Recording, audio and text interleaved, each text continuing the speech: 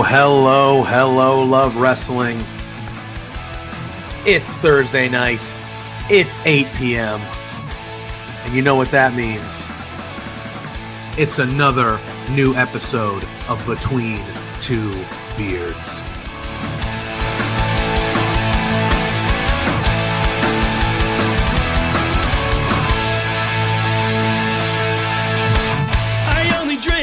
Can we start off with the biggest news of the week? The Rats lost! But every night I'm making new best friends, and the only problem is you like having a good time.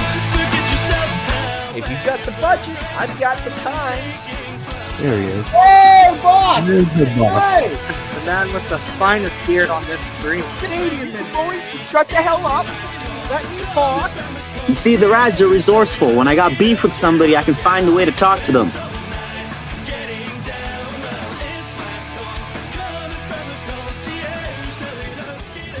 And listen between two beers.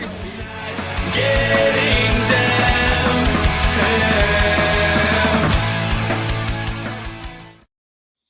Hello, love wrestling. It is Thursday night. It is 8 p.m. And you know what that means. Notre Dame's going to the semifinals of the college football playoffs, baby. That's what it means. Let's go! Let him have his. No, it's okay. You have your minute. It's okay. People have been bagging you for 20 years, bro. You enjoy this moment. Woo! But anyway, you tell them why we're really here. Because it is another episode of Between Two Beards. That's why we're all here. That's why we're here. And we got a big one tonight, Pluggo. Thank you, We got a Lord. big one tonight. Congratulations to me. We have a big one tonight. Tell the people why we got a big one tonight. Because why Notre is this Dame so beat big? Georgia, Yeah. beat that ass. Sorry. Yeah, that's right. I'll have to send That's a right. super chat to the swear jar for that That's one. right. But That's no, right. we only have for a little bit. I won't waste anybody's time gloating and bragging about my Irish today because we have Muscleman Malcom. He's in the house. He's going to come join us right now. I got to push Right the now. button. No, I'll do it. No, I'll do it. Who's pushing the button? Boom. I'm doing it. Hello. Hello. How we doing, my friend? How are you? Good. How are you guys? We are great. That Happy New Year. beard is as nice as ours. Yeah. Yeah, you know me. I just grew it in. Yeah, it's pretty good.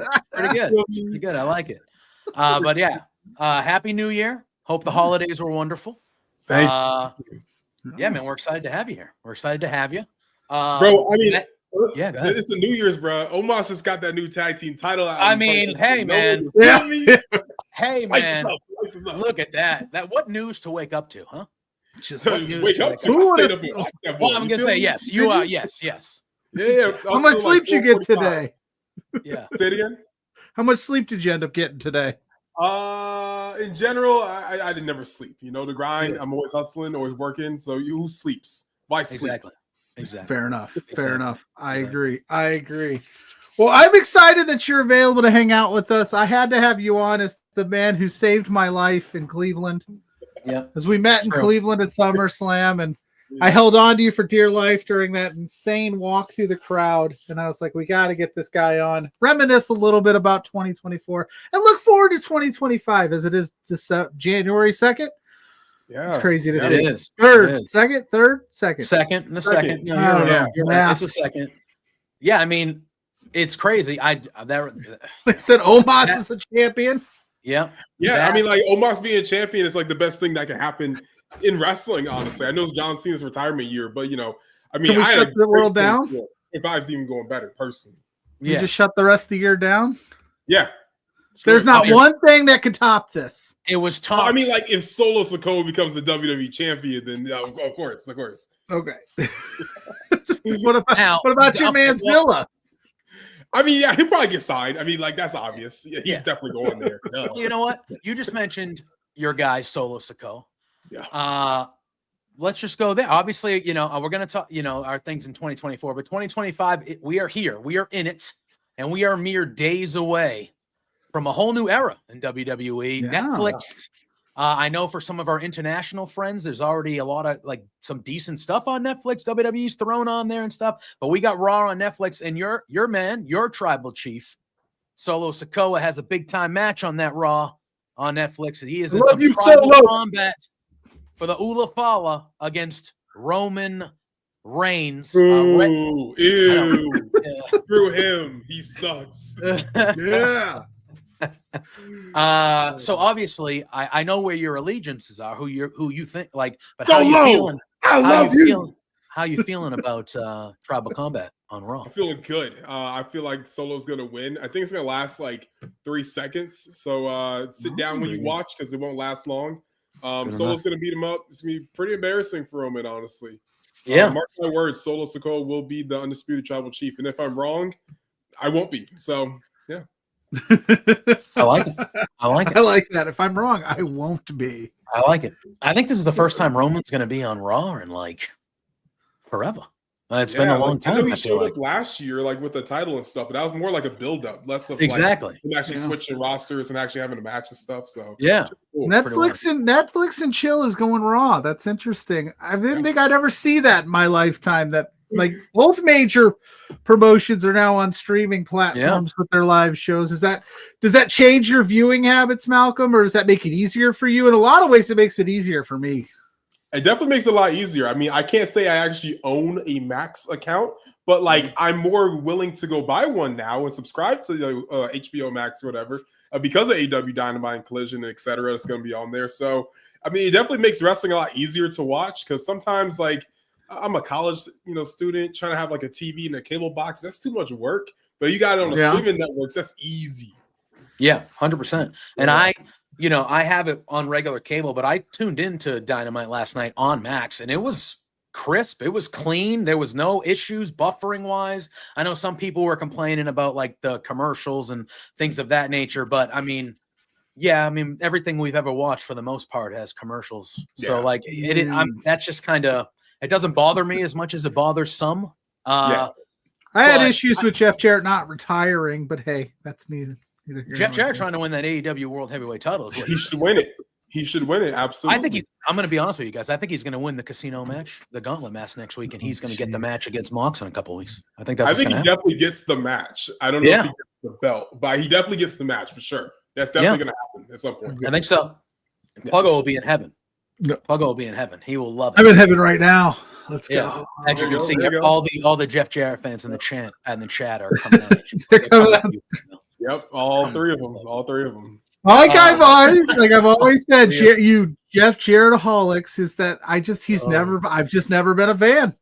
I've never vibed. It's okay. I can't say I'm big on Jeff Jarrett. I didn't really grow up on WCWs, and he's not really my cup of tea. But like I've interviewed him, and he's a very kind man. So don't get me wrong. Don't get me wrong. I'm sure he's a great individual. Just on screen, I'm just like, I could do better. You guys know that Taylor Swift used to like babysit his kids? I did know that. Yeah, it's crazy. It's like such a weird thing that he tells people. I'm like, why do you just know Taylor Swift on that kind of level? Like that's crazy. Right? That is bananas. When you did he know back then? He's like, oh yeah, I could tell she was going to be the biggest star on the planet. Yeah, he's got that eye for talent. He does. Look at even me, and I'm not anti-Jarrett at all, but like I don't think that Jeff Jarrett needs to be the eight. I mean, you want to give it to listen. I get it. He's had a really good career for a long time. He's done a lot of important things in this business. But 2025, Jeff Jarrett, AEW World Champion. I don't know if that is I think you can tell a good story in him coming close. And like, everyone wants him to get it because it's the end. But I can't see that realistically. I could see him getting like the TNT title. I think that'd be dope. I'm all there for it. But like world title, I don't know. But like if it does happen, I'm all for it for the reason of I like to see chaos amongst the internet. So like if that happens, the internet's gonna lose their mind. So I'm all here for like the chaos of it. So if it happens, it happens. I'm okay with it either way. You and Pluggo are very much alike, because Pluggo always. I'm here for. I always root for chaos, except for in this particular instance. I can. He's leave like that not chaos. with Jeff Jarrett, but you can leave that in else, 2024. Leave Anywhere that else. in 2024. Yeah. Speaking of 2024, Malcolm, you had a banner year, my friend. You did some wrestling. You killed it with some interviews. You're everywhere. So what moment for you stood out in 2024? Maybe from a personal or just in wrestling related in general for you? Like, how was your 2024 overall? I mean, overall, it was crazy good. Definitely very successful. For me, a standout moment, I would say like the wrestling matches would be right. I mean, that getting in the ring was cool. The result of it, that doesn't matter. That who cares? Win or loss, who cares? I would probably say honestly above that it'd be interviewing Jey Uso. Like for me, as like someone who like based a lot of their content around like the bloodline and whatnot, having like the biggest star besides Roman to interview, I think that's probably has to be like the biggest moment. But a very close 1A, 1B would be wrestling AJ Francis. I mean, he did beat me up. It hurt a bunch. But, like, it was a very cool moment. I like the build-up for it of me just insulting him for 3 months. Oh, yeah. He definitely got his lick back. It hurt a lot. Sorry, AJ. That won't happen again. You are not a big viewer. We're not getting a sequel? No. Nope. I think I can announce here exclusively that I am retired for professional. All right. Yeah. All right. Breaking news. He took off the boots. What did he do to transcribe that for us? How long did it honestly take you, the body, to recover?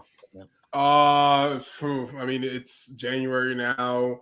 I've been still going. I've been in a full body cast since the day of. So Fair. Yeah, I got about 4 more months of recovery. Then maybe I might pop up in something. As soon as he gets off the stream, he's gonna go right back into the body cast. Ice bath, right into the He's ice, doing this for us. Ice bath. I'm pretty over it actually. My It's arms underneath. are kind of stuck. Yeah. You feel me? Like below, it's just pure. The AI technology in 2025 is crazy. Moving my arms for me and everything. How did that? So how did that come to be? The wrestling thing. Have you always wanted to wrestle, and you were like, I'm going to shoot for the stars to wrestle AJ Francis, and then he's like, you said you're retiring after this, which I think is crazy. I think he still got some in you, but how did that come about?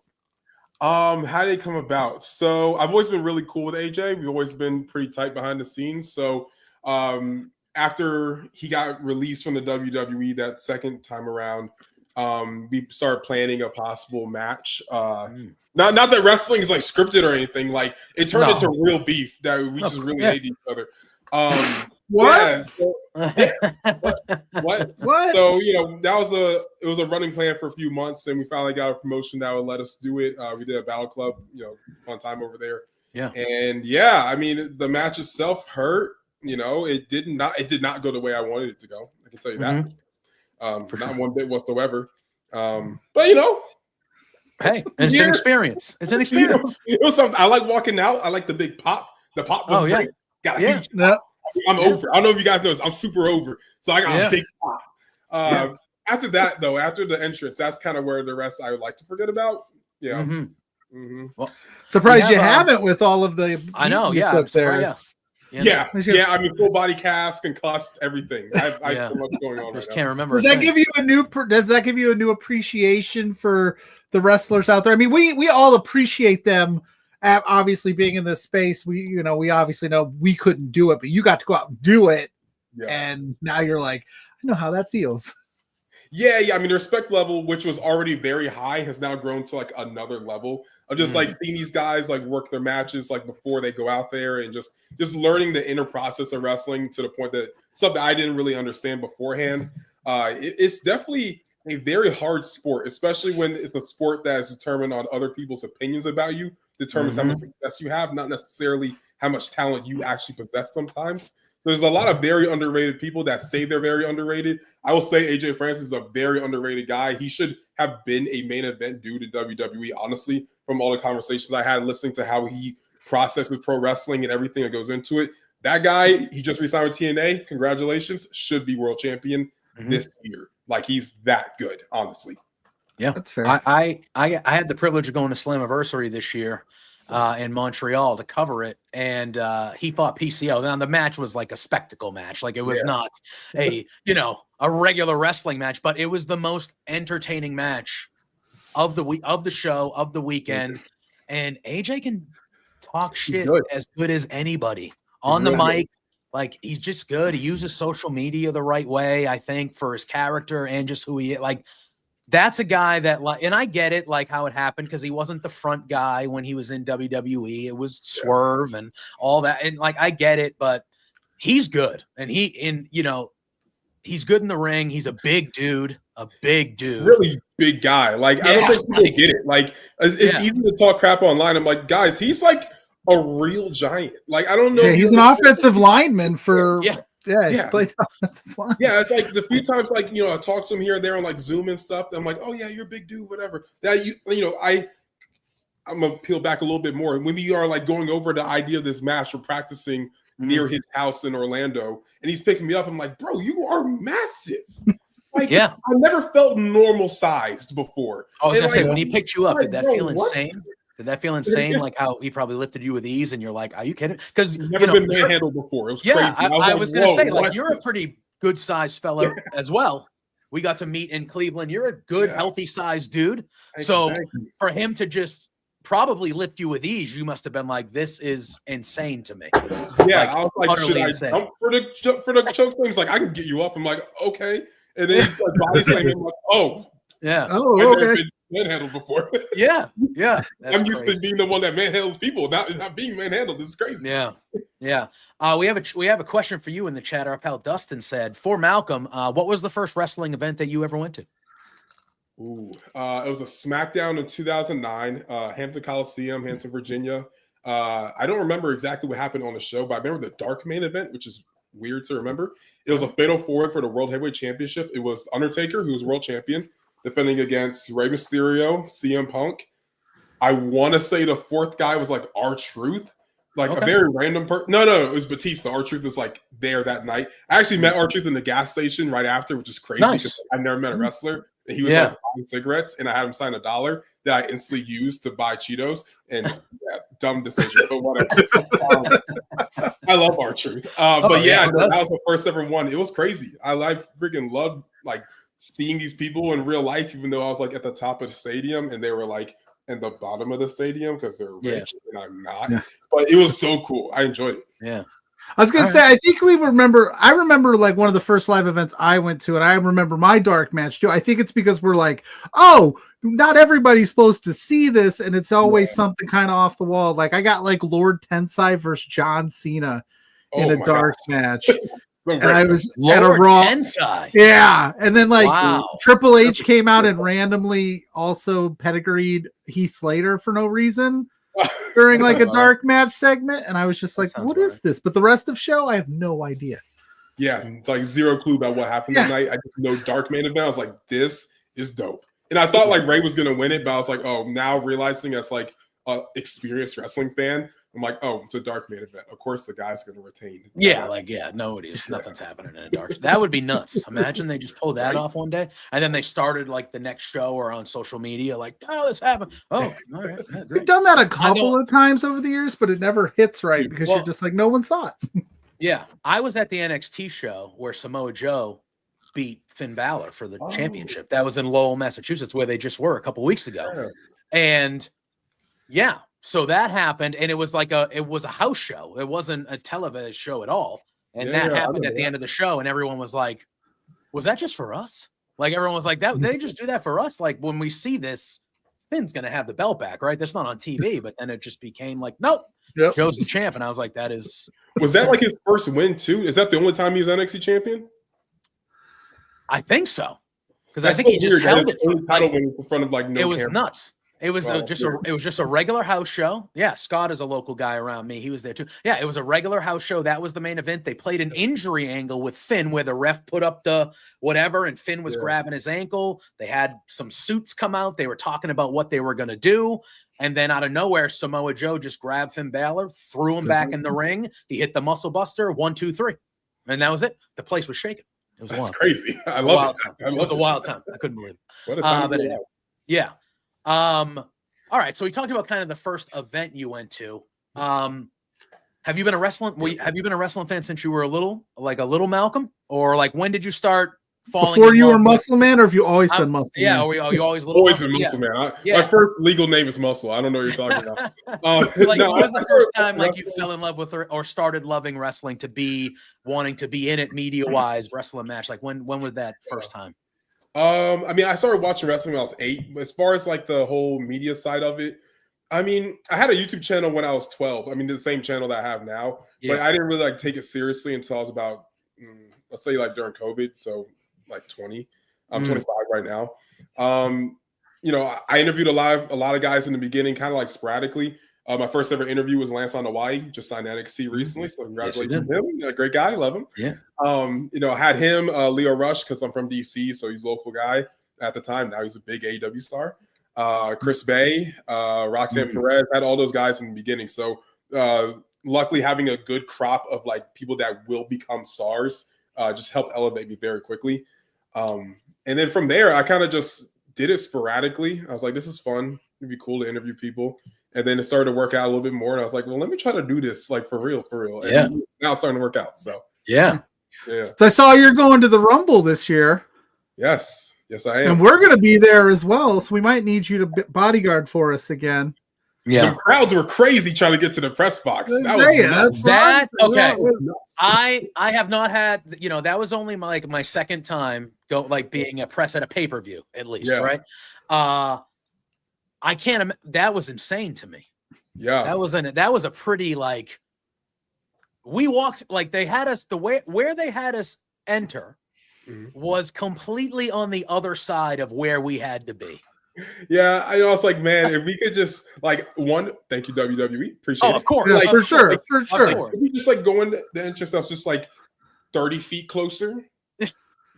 You know, no one. All I know is I just kept watching people behind us like falling off because they kept getting stopped for pictures and I just not knowing you super well was like, I'm grabbing onto the back of your shirt here and just making sure I make it to this press. I was in the front. Yeah, I was in the front. And so I had someone holding on, and he said the same thing to me. He's like, I'm just grabbing Hunt. I'm like, do what you got to do, dude. Nobody's getting through me. Like, don't hit me. Like, we're going. My mindset is really just like walk through them. Like, exactly. That's what I'm like. I'm like, Yeah. Once we start moving in this direction, I'm not stopping. So you're either bumping off me or you're getting swarmed up and coming with us. Like that was kind of my mindset. I was like, you know, we hit shoulders. It is what it is. Like, this is what's going on. But it was quite a time. But so yes, go ahead. Go. You forgot. No, go. I was just gonna say, so you're going to the Rumble. We're gonna be at the Rumble. We don't have you for Super Bowl. I know you're a busy guy. Do you have any bold predictions for the first big event of 2025 for the WWE? We're going to be there live in person. Who's coming out? Who's showing up? Oh, you're talking surprises? A shocking return in the Rumble. Oh my gosh. I always used to say Carlito, but then he actually came back. Yeah. I was there for that. Ooh, wait, no, not the COVID one? I was there as everybody came back Fastlane. Oh, Fastlane. I'm like, what are you talking about? Yeah. I was like, oh, hey. Wait. I had someone in my mind. Okay, it used to be Yoshitatsu, but I don't think he's like actively wrestling. He's just like a manager now. Chris Masters. I want Chris Masters. Oh, that'd be nice. Yep. Hey, I've been yelling that I want one last like Sean Waltman, X-Pac. Give me that'd be good. He's still in great shape. He's still in great shape. Yeah. Ezekiel Jackson. Oh, that'd be nice. Yes. That'd be good too. It probably won't happen, but like Ezekiel Jackson. That's the one. So what are the chances you think that in the ladies one we see AJ? That's I hope high. I hope high. Yeah, like that would be an insane moment. Like she's like, I feel like the return's happening this year. Like it's the best year for it. That she just got announced recently for the big event that's going to be up in New York in March. Yeah. So, you know, she's doing a little bit more, you know, a little wrestling stuff here and there. So it's possible. It's possible. So I hope she comes back. How could you not get the itch with, you know, CM Punk coming home every day, just bring him in with smiles, saying how much he loves this new gig? He was so happy. I'm like, this is a different person, and I love it. Good for him. You know, we're obviously getting the Punk Seth match on Monday on Raw. And I don't know I think it might just be a one-off. I don't know if they're going to have it go any further. But down the line, I mean, if you could give me Seth and Becky versus Punk and AJ, I mean, come on. SummerSlam? Come on now. That is as money a match as you can like that. Oh, Come on now. That'd be incredible. Do you have it? Obviously, we don't know everybody that is going to be in the Rumbles at all. But do you have any early picks of who you're picking to right now, who your favorites are in each of the Rumbles currently, like 5 weeks out? Solo wins men, of course. Solo, of course. Tribal chief, my tribal chief, our tribal chief, Solo Sikoa, will win the men's Royal Rumble. And as far as the women's, there's a lot of great options. I would like to say like a returning Jay Cargill would be cool, but like I feel like it's gonna be her and Bianca at Mania, so that might be different. Yeah. So, I mean, I could just say Becky. I feel like Becky's though was a solid pick. Becky's a good one. Becky's a good one. Charlotte will be coming back as well. You know, yeah, I'm good. I'll pass on Charlotte. Jordan Grace officially signed. Yeah, Jordan Grace if she's there. I could see an NXT person getting moved up and not winning, but like I could see Roxanne Perez making a deep run in the Rumble this year. Oh yeah. There's definitely some NXT people that can show up. Like Jada Parker would be in it for sure. Oh, I love Jada Parker. Jada Parker. Great. I'll go with Becky. I think Becky's gonna win it. That's a good one. That's a good one. Yeah. Ever since they announced him, I've been picking Cena to win the men's Rumble again. He's not solo, but I guess he's okay. Yeah, but him and Gunther at Mania, with Cena. Crap out of Cena. Just saying. He did. Cena's going for that record-breaking tying champion, and Solo's just like nope. And for him to beat Flair, that sounds all right. How do we get Solo Sikoa the world championship then? Say it again. He's gonna get the Ufala on Monday. Then he wins the Rumble. Then he challenges whoever at Mania. He becomes the champion, and then he just runs the table in 2025. Yeah, I think he's gonna get the world title, the Ufala World Championship, the WWE Championship, and then the People's Championship as well. So maybe a tag belt too. Tag belt, US, Divas, Cruiserweight, all of them. 24/7. Hardcore. They're gonna bring the hardcore back. AWA, European champion. WCCW, all of it. Just Solo reigning supreme. Yes. TNA belts, all of them. See, now I appreciate this because I do the same thing, only with Marco Stunt is my guy that wins everything all the time. Guy that wins everything. I actually just mean what I'm saying. What are you talking about? Yeah, sure. I'm just saying. I mean what I'm saying. I'm just saying I appreciate that there's you think Marco Stunt's a joke. I'm saying Solo has to be serious. No, I think Marco Stunt would beat Solo Scott. I'm just kidding. Oh, wow. Okay. All right. No, we're not ending this interview like this. I don't like your beard. We're not saying. I knew. If it makes you feel any better, I don't like my beard either, Malcolm. It's a little bit shorter than I like. I trimmed it by myself for the first time in a while, and I didn't do a good job. You should feel bad. You messed it up. You messed it up. That's why people always ask me that. I go, "Why don't you just trim your own beard?" I go, "Because I will mess it up. That's why. I will go too short. Or I'll do something. Nothing can take. You can make fun of my beard all you want. I'm gonna need both of you to acknowledge your tribal chief, Solo Sikoa. Now, I'm just gonna. I've been acknowledged. I mean, listen, I will. He is the tribal chief until otherwise. I will acknowledge. What? Otherwise? Until yes, I didn't say until like Monday or anything. What does otherwise mean though? Until we can't end this interview like this, JPJ. Listen, I acknowledge Solo Sikoa. Thank you. That's all you had to say. That's all. Sorry, we're gonna get beat up on Fed. It's getting hot right at the end of this. We're gonna show up in Indy. We're gonna go for the handshake, and he's gonna. Malcolm is gonna look at us and go, "You sit at the other side of the media table, my friend. You're not even at the table right now. Oh, not even at it. All right, our pass just got revoked. Yeah. We're good. I'm gonna contact the bloodline. We'll get them revoked. Oh, don't do that. Don't do that. Too late, buddy. Oh, damn it. He's got ends with all of them. I know. What are you doing to us? Calling Lance. Oh, don't do it. Don't do it. Both of them. No. The one with the beards. The one with the beards. Yeah. No. Both of them. Shave it. The Notre Dame shirt guy, especially. Whoa! Crappy shirt, right? Crappy shirt. Oh. hey now. Let's go. Oh yeah. Hey, you should have seen him. You should have seen him before. He was just like a kid, like a child. He was losing his mind. It was good stuff. It was good stuff. I love it. But Notre Dame Fighting Irish are my tribal chief. I know. We know you're strapped for time, and you're a busy man. So we are looking forward to seeing you in Indy for the Rumble. And not that far amount of time. We're less than a month away from the Rumble now. So it's coming up quick. We are looking forward to seeing you and reconnecting there. Pluggo, it looks like you got something. I just want to give us a non-bloodline related bold prediction for 2025 across any part of wrestling. Someone not named Solo Sikoa, who's not Samoan or not in the bloodline, will become WWE champion. Wow. I like how you did that. Yeah. You said a not bloodline answer, so I just, yeah. That's it. Yeah. What else would I say? What do you think? Okay, I'll give you another one. Omos will become the GHC heavyweight champion. All right. Yep. I like it. Belt collector Omos. He's a gentleman, by the way. I don't know if you've ever talked to Omos. We met him in Cleveland. Absolute gem of a like human literally one of the nicest people I've ever met in my life. He's a foot and a half taller than me. But might even be a little bit more than super that. Nice. No, but plug your stuff, Malcolm. Let the people know where they can find you. And again, we're looking forward to seeing you again in a little bit. I will plug myself in 1 second. I have to ask you guys an important question. Oh, yes. As long as you'd like. What's your Waffle House order? Okay, well, can I be honest with you? Mm-hmm. I live in the Northeast. I live in Massachusetts, and we do not have a Waffle House. So I have not been to Waffle House enough to have a Waffle House order. I know. It's embarrassing. But you Notre Dame, you got Waffle House order, or are we just going to end awkwardly now? I'm just being honest.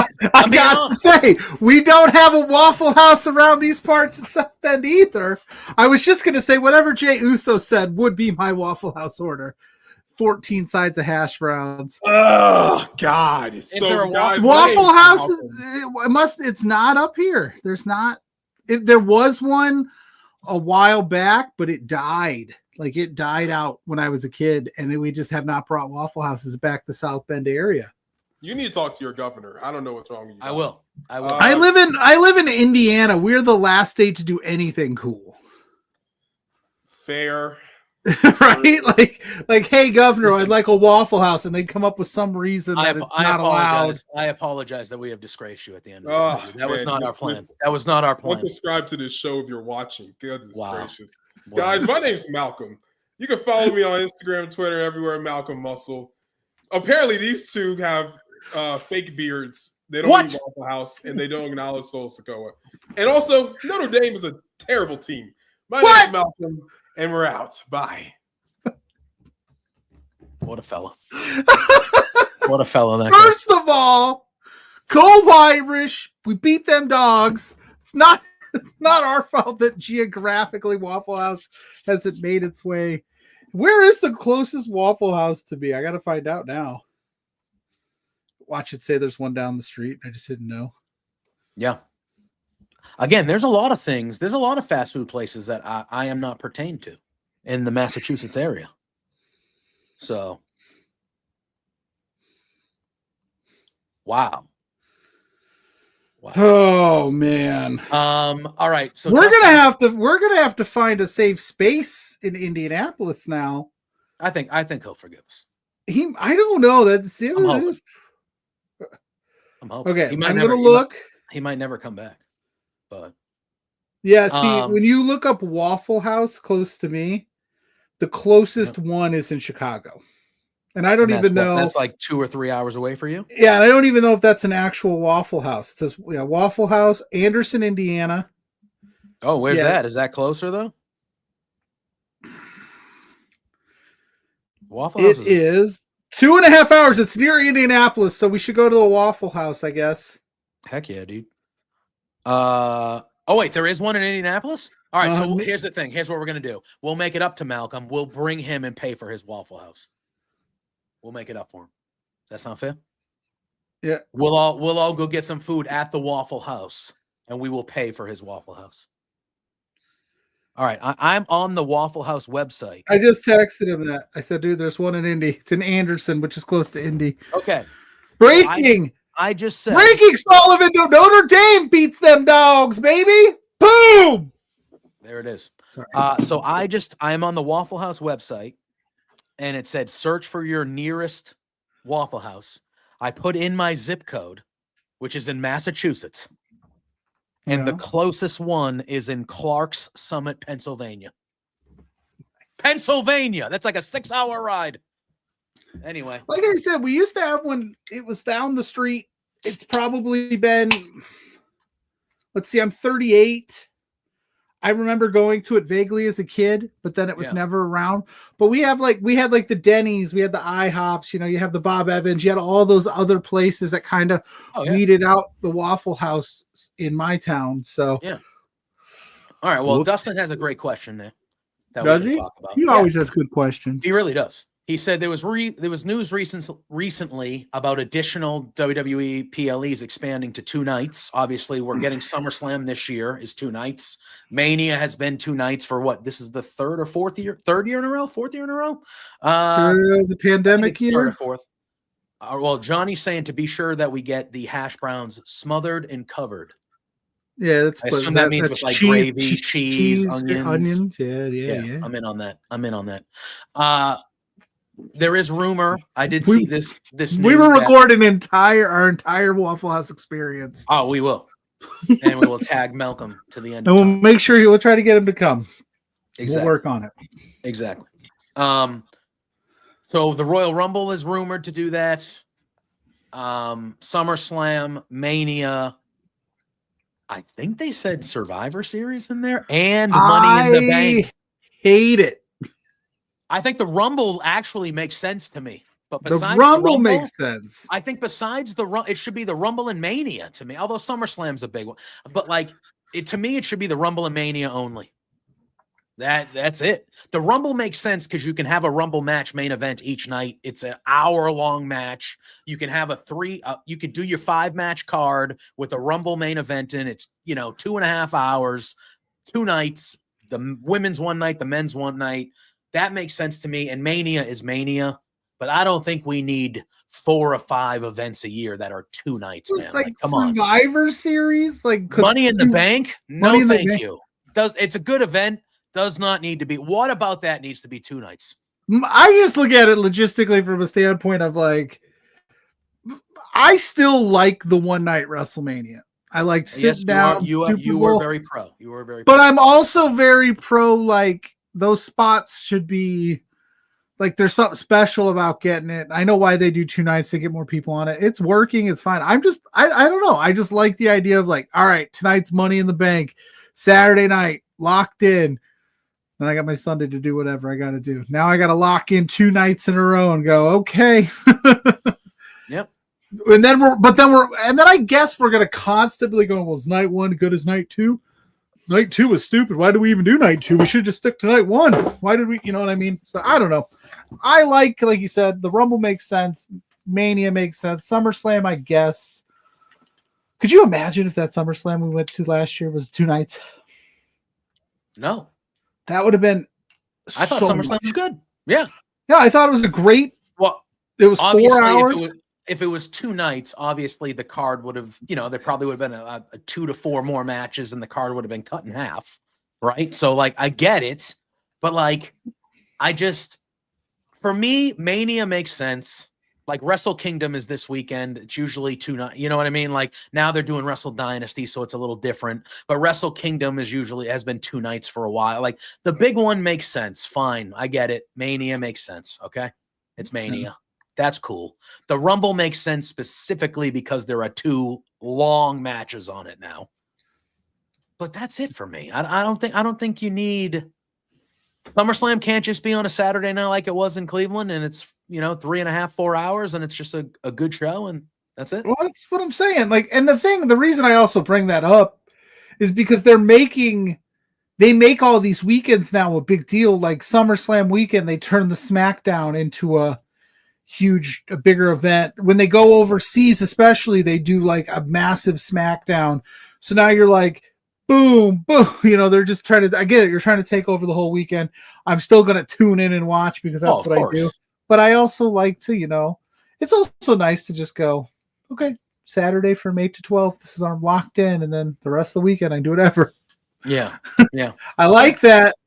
But hey, me. I'm a crazy person, and I'm gonna watch it. But we don't need 2 Survivor Series. I don't need 2 Money in the Banks. That's fair. What's next? Right, 2 backlashes. Come on.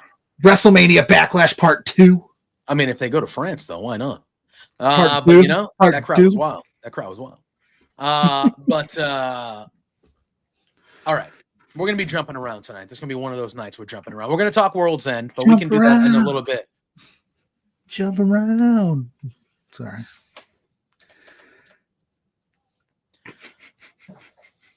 You know.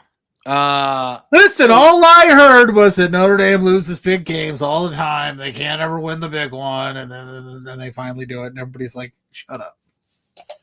Yeah, it's crazy. But the bad thing is you finally won a big one, but it's really, you got to win 2 more. I know. To actually win a big one. Absolutely, it's absolutely insane. Yeah. Look, it was a very, very well played game. Like the defense looked good, the offense looked clutch. I like your coach a lot. He's got some balls, doesn't he? Yeah, I like him. Yeah, I like him. He's a defensive guy, but he's the player. I like him too, except when he plays MAC schools. It was one game. Who cares? But he did it last year though too. He lost to. He has a tendency to lose to schools we shouldn't lose to. Yeah. Anyway, I digress. We're going to talk about World's End in a little bit, but I got to talk to you about this CM Punk and Seth Rollins face to face here on Raw. Oh yeah. I thought it was excellent. It was excellent, Pluggo. They were both amazing. They were both amazing in it. I thought it was, I'm not a big fan of a promo segment to end a night. But that one, that felt kind of real at points, like they were really saying some shit to each other that they wanted to say. But it felt like it was real. It was real. And man, I thought that was a perfect segment at the end between those two. I'm no insider. I don't have any but I just, based on how I watch things, and I go, I have to imagine both of them sat down at one point and said, look, if this is going to work to the level that we want it to work, just let everything on the table. Yeah. So then that way, say what you got to say. I'll say what I got to say, and we'll make an act. Because that's what it felt like. It felt like you said, it was real at points. There was some, when he made that shot at Punk about not raising kids things. I was like, oh shit. They were just, I thought Seth killed it. I thought Seth owned the whole segment. Punk held his own, but I thought Seth won. But yeah, they had to have sat down and went, you know what? Here's maybe what's off the table. Don't bring this up, but go for it, because if they held any punches back, we would have been like, you could tell that was, scripted. Yeah. So yeah, I thought awesome. So. I thought it was really good. I thought it was really, really good. I thought the stuff Punk said at the beginning when he was talking about Stone Cold when he left, and I thought the dig at Becky there. I haven't seen the man around here in a little bit. Did she take her ball and go home? I thought that was good. Which is crazy because I didn't even think about that. I was like, yeah, she kind of did. Yeah, she did. I thought that was good. I thought that was a great line by Punk. I thought when Seth, not the kid line, but later on in the promo when he was talking about, no, you don't get to call me little brother. You left and I stayed and I did that. And he goes, because I'm the big brother now. You're the little brother. It's not, you don't get to call me that. And then he goes, and then, when he's going through everything, you left. Your buddy's podcast. Yeah, you went on your buddy's podcast. You wanted this place to die. And then he goes, and then you took a big chunk of change for the competition. He goes, how'd that work out for you? I thought that was a good line. Which is crazy because the things that Seth Rollins said weren't as egregious as what Hangman Page did. That's what started that whole thing.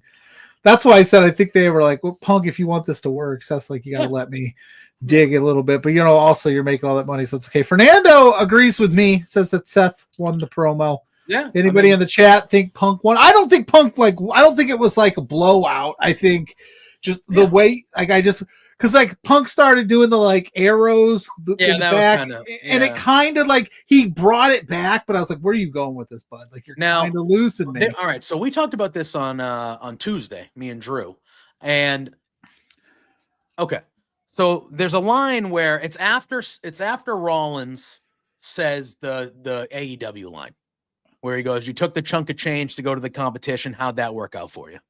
Punk Yeah. starts talking. He mentions the arrows and stuff like that, which I was kind of like, all right, whatever.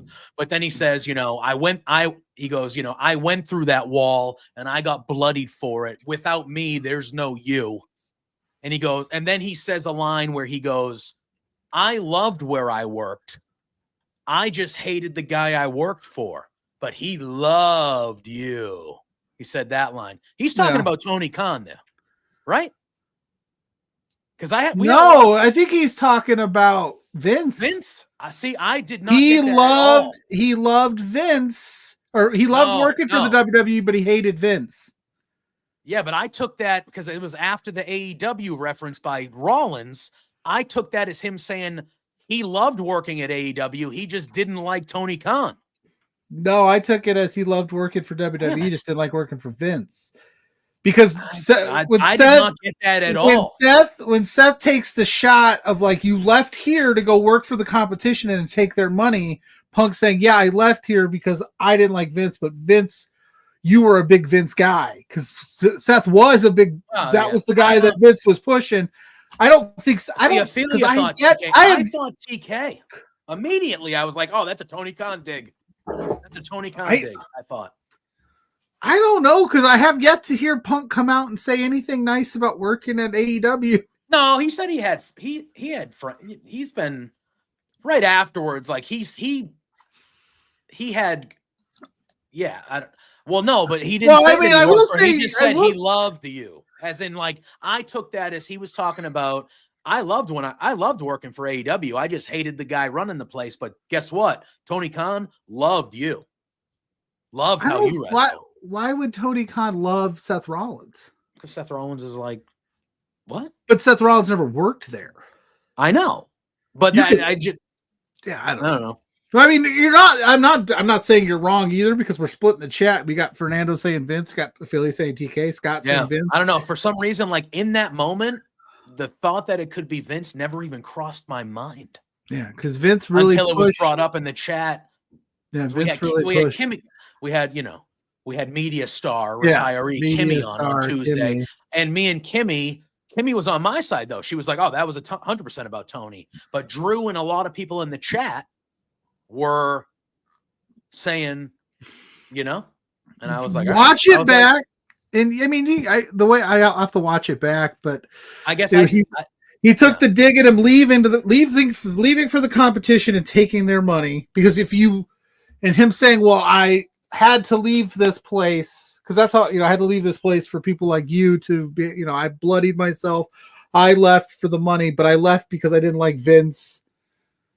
Yeah, I guess. But he likes you. Both ways. Yeah, just that never popped into my brain. I was like, that was a dig at Tony immediately. That was a dig at Tony. That's immediately what I thought. But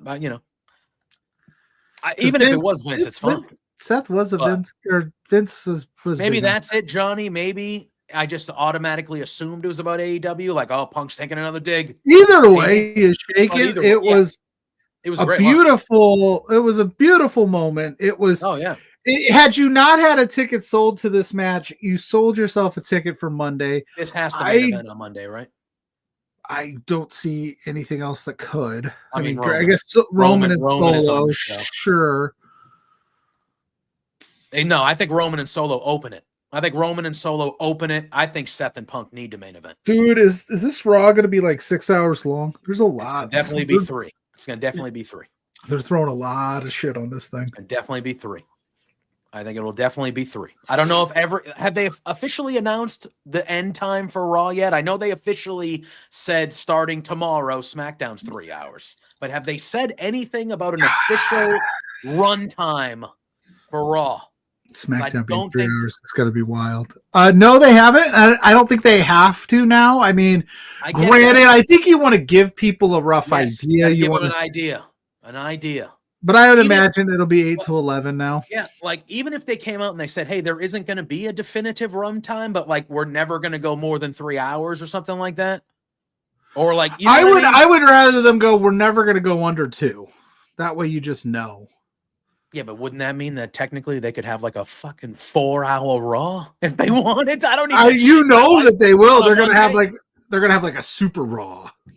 Fernando, I hate having a 3-hour weekly television show on. Mega Raw next Monday night, 6 hours. I know we all got like conditioned to watching Raw for 3 hours, and even like some of the first 2 hours when they went back to 2 hours, some of those first handful of Raws were rough. You could tell that they had a tough time going from 3 hours to 2 hours. But now Raw's kind of humming now, and SmackDown has always been a consistently pretty good show.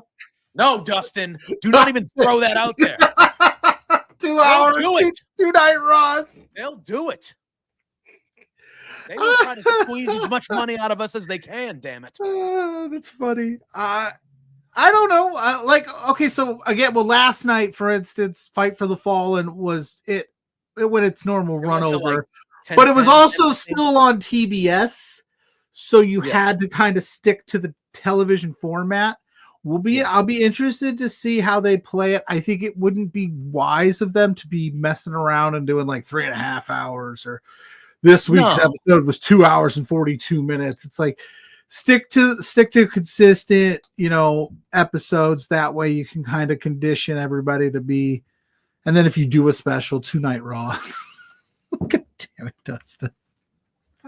I love Dustin. He's awesome. But that's crazy, man. It's crazy. I'm not looking forward to the 3-hour SmackDown tomorrow. I might not even take Fernando's saying he is not liking having a 3-hour SmackDown. Well, here's my thing, right? Yeah. On a Friday, dude, come on. On a Friday night, 8 to 11, come on. That's a tough sled. That's a tough sled. Come on, man. I'm not going out like I used to. Ever. I'm not a party Friday night, but back in the day, the demo that they're trying to hit Friday night, you're hitting the bar at 10. 100%. So if you are a wrestling fan and you're cool enough to go out to the bars on a Friday night party with people, more power to you. But yeah, you're like, SmackDown's over at 10. I'll see you at 10:30, and then you get your night started. Now you're saying, what? I got to get out there about midnight? Well, you still do that. Now what you're saying is, all right, I'm going out and I'm watching SmackDown on Saturday. That's what I'm going to do. I'm going to watch SmackDown on Saturday morning with my hungover coffee. Fernando, to answer that question, money. Yeah. That's sadly money. That's why. Well, and not that they were competing. I don't think they were ever competing with Rampage, but Rampage is no more. So there is that free just hour of like, well, people were watching wrestling on Friday nights. Maybe those people will just stick around and watch SmackDown for the hour. I mean, my assumption is USA signed on for them to have a 3-hour show on their network, and they said, okay, well, Raw was 3 hours. We're taking Raw from NXT you. left. Yeah, we're taking Raw from you. NXT's gone now, so we'll make SmackDown 3 hours. Dustin, I'm not saying that I think the show, like SmackDown's a good show. Like the 3-hour SmackDowns are going to be good shows more than not. It's just on an actual, like your weekly television show, 3 hours is too long. 2 hours is the perfect amount of time. No regular TV wrestling show should be over 2 hours. 3 hours are pay-per-views or Saturday night's main event. If you want to make that a special thing, that's 3 hours. Or you know what I mean? Or I'm not opposed to having like a themed Raw or SmackDown once a month, or once a quarter, whatever. You want to make that a special 3-hour show? That's cool. That's fine. I don't care.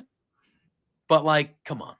Right, Sullivan wants 8 hours for a show. Dustin has a great question. I don't know when you want to transition to the AEW talk, but I got some thoughts. I was not on this morning, so yeah. Well, I figured we would lump that into the World's End, but was there anything else? Sure.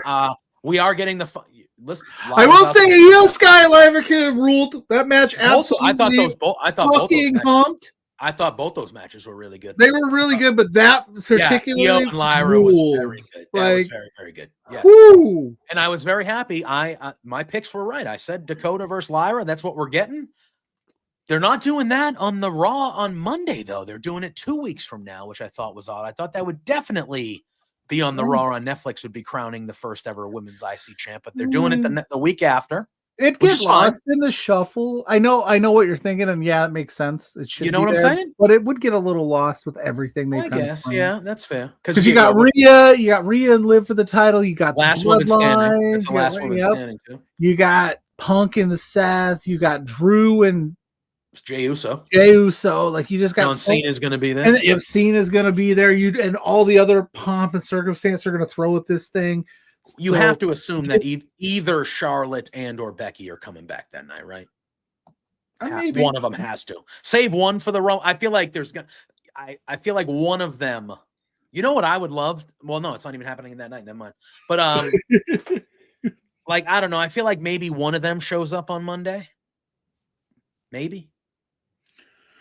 And one of them shows up on Friday. Dustin, I agree with you. I think both of them, Dakota and Lyra, are both great options for the first women's IC champ. I'm not going to have a complaint. I think Asuka would be wonderful as well. I think Asuka's going to be back in the Rumble. I really wanted Dakota and Io just for that damage control kind of friction thing. But if you're going to keep them together, Well, you could still do that. You could still do that. Can I tell you about my wrestling, just kind of where my brain works? So I would hope, yeah. Yeah. So the whole time my picks were Dakota. I'm picking. That'd be super awkward if you didn't tell me how your brain works. We just sat here for 2 hours in silence. I went into this tournament picking Dakota Kai. Like once they announced a tournament, I was like, Dakota Kai would be perfect. So and then I saw the brackets, and this was before Io was in the bracket because it was Kairi Sane at first. And I said, oh, Lyra and Dakota would be perfect. And then they played the angle with Kairi. Io gets inserted. And then she wins the first round matchup. And I'm like, oh, damn it. I'm like, are they going to have Io go now? Because she wasn't in there. She's the biggest star in the tournament. And then I was like, damage control, Dakota and Io. That would make sense. So then on Monday, they had Kathy Kelly interview both Dakota and Io in the back before their Dakota's match. And she very greatly asked them, what if you do face each other? Yeah. And Dakota said something like, hey, best person wins or whatever, like blah, blah. It would be an honor to face you. But Dakota was wearing all black.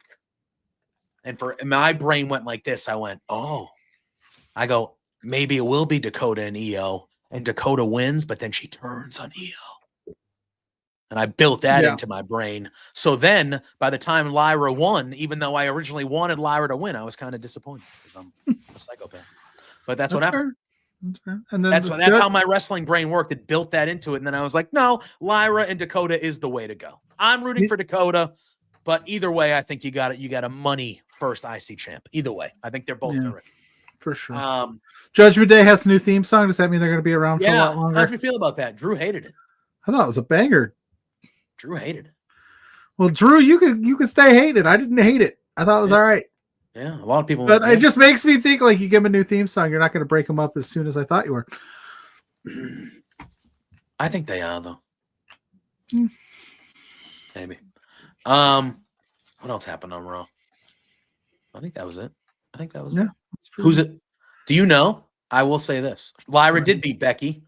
If Lyra wins the IC title, I think that would be fun for Becky to come back and like kind of go for the IC belt right off the shoot. I think that'd be fun. If they wanted to do that. She put her over in NXT. You're gonna have put her to over in NXT, right?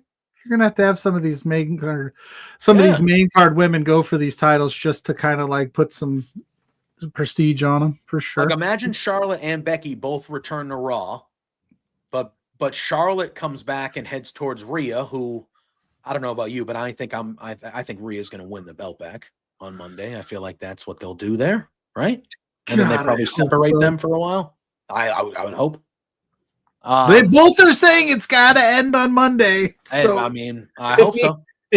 No disrespect to either one of them, but my God, this thing, they've dragged it out to there's nothing else they could do. Yeah. The fact that it's a last woman standing, though, makes me nervous because you can always do like a funky thing where, someone interferes and they lay something on top of Rhea so she can't get up. You could do some nonsense stuff like that sometimes, but I have to think that Rhea has to end the feud and get the belt back.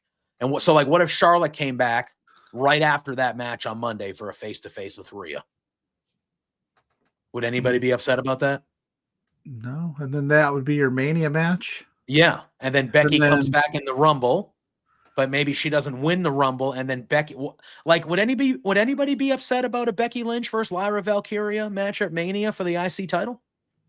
That'd be a good spot for a new belt, a new champ. I think that would be fantastic. Kind of. Yeah. A little bit. Although I think Rhea and Liv, the story has held, fans are still interested. there's some of us are kind of like it needs to end, and I think most of us are, but it's still a hot angle. Like I think at World's End, dude, nobody gave a single shit about that match. What MJF match? and Adam MJF. Oh, and you're Adam talking Cole. about Like at World's End, that crowd did not care. That crowd did not care. Sadly, they just didn't. because They just did. Yeah, because no. Let's be. I don't really have a. It didn't really. It wasn't. I'm trying to be nice because I like Adam Cole and MJF, but I didn't. it was a fine match, but I didn't need the feud. I didn't need it. I still don't need it. I didn't need it. I was like, okay. Yeah. Okay, and then of course MJF wins the Diamond Ring for the 6th straight year.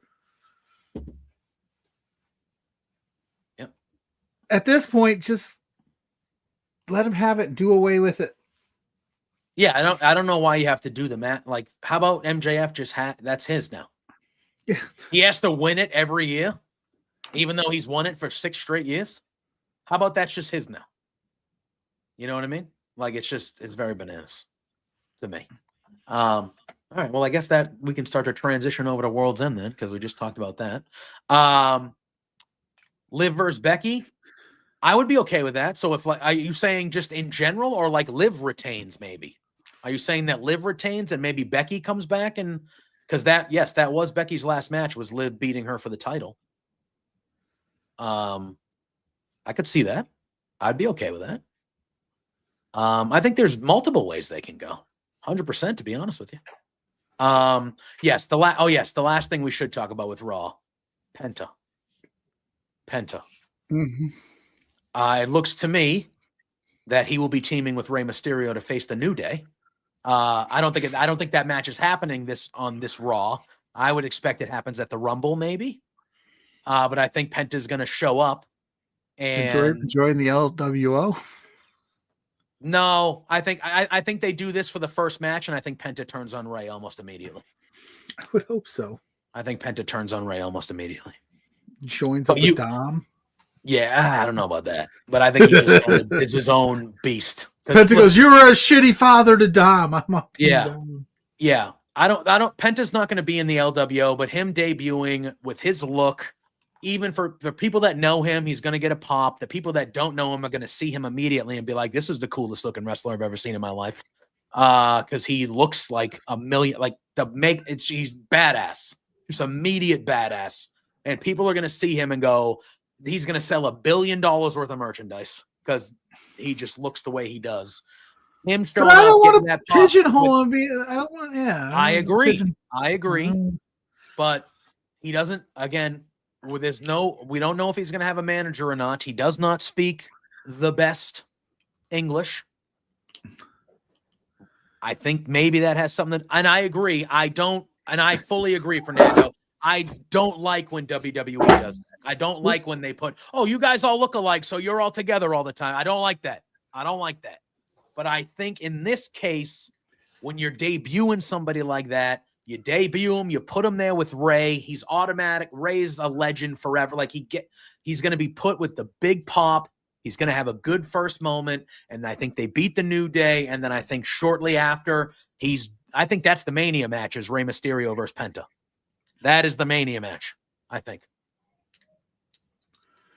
And I think that's where they go. And then later on this year, after SummerSlam, probably we'll get the Lucha Brothers finally. Penta joins the Alpha Academy.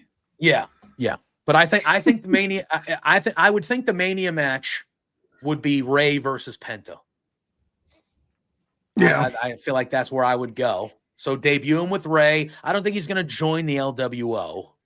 But have him debut with Rey, their buddy, and then he just drops Rey, and you can go from there. But I'm very excited to see Penta. I want to hear what his entrance is going to look like. Well, I want to see what his entrance is going to look like.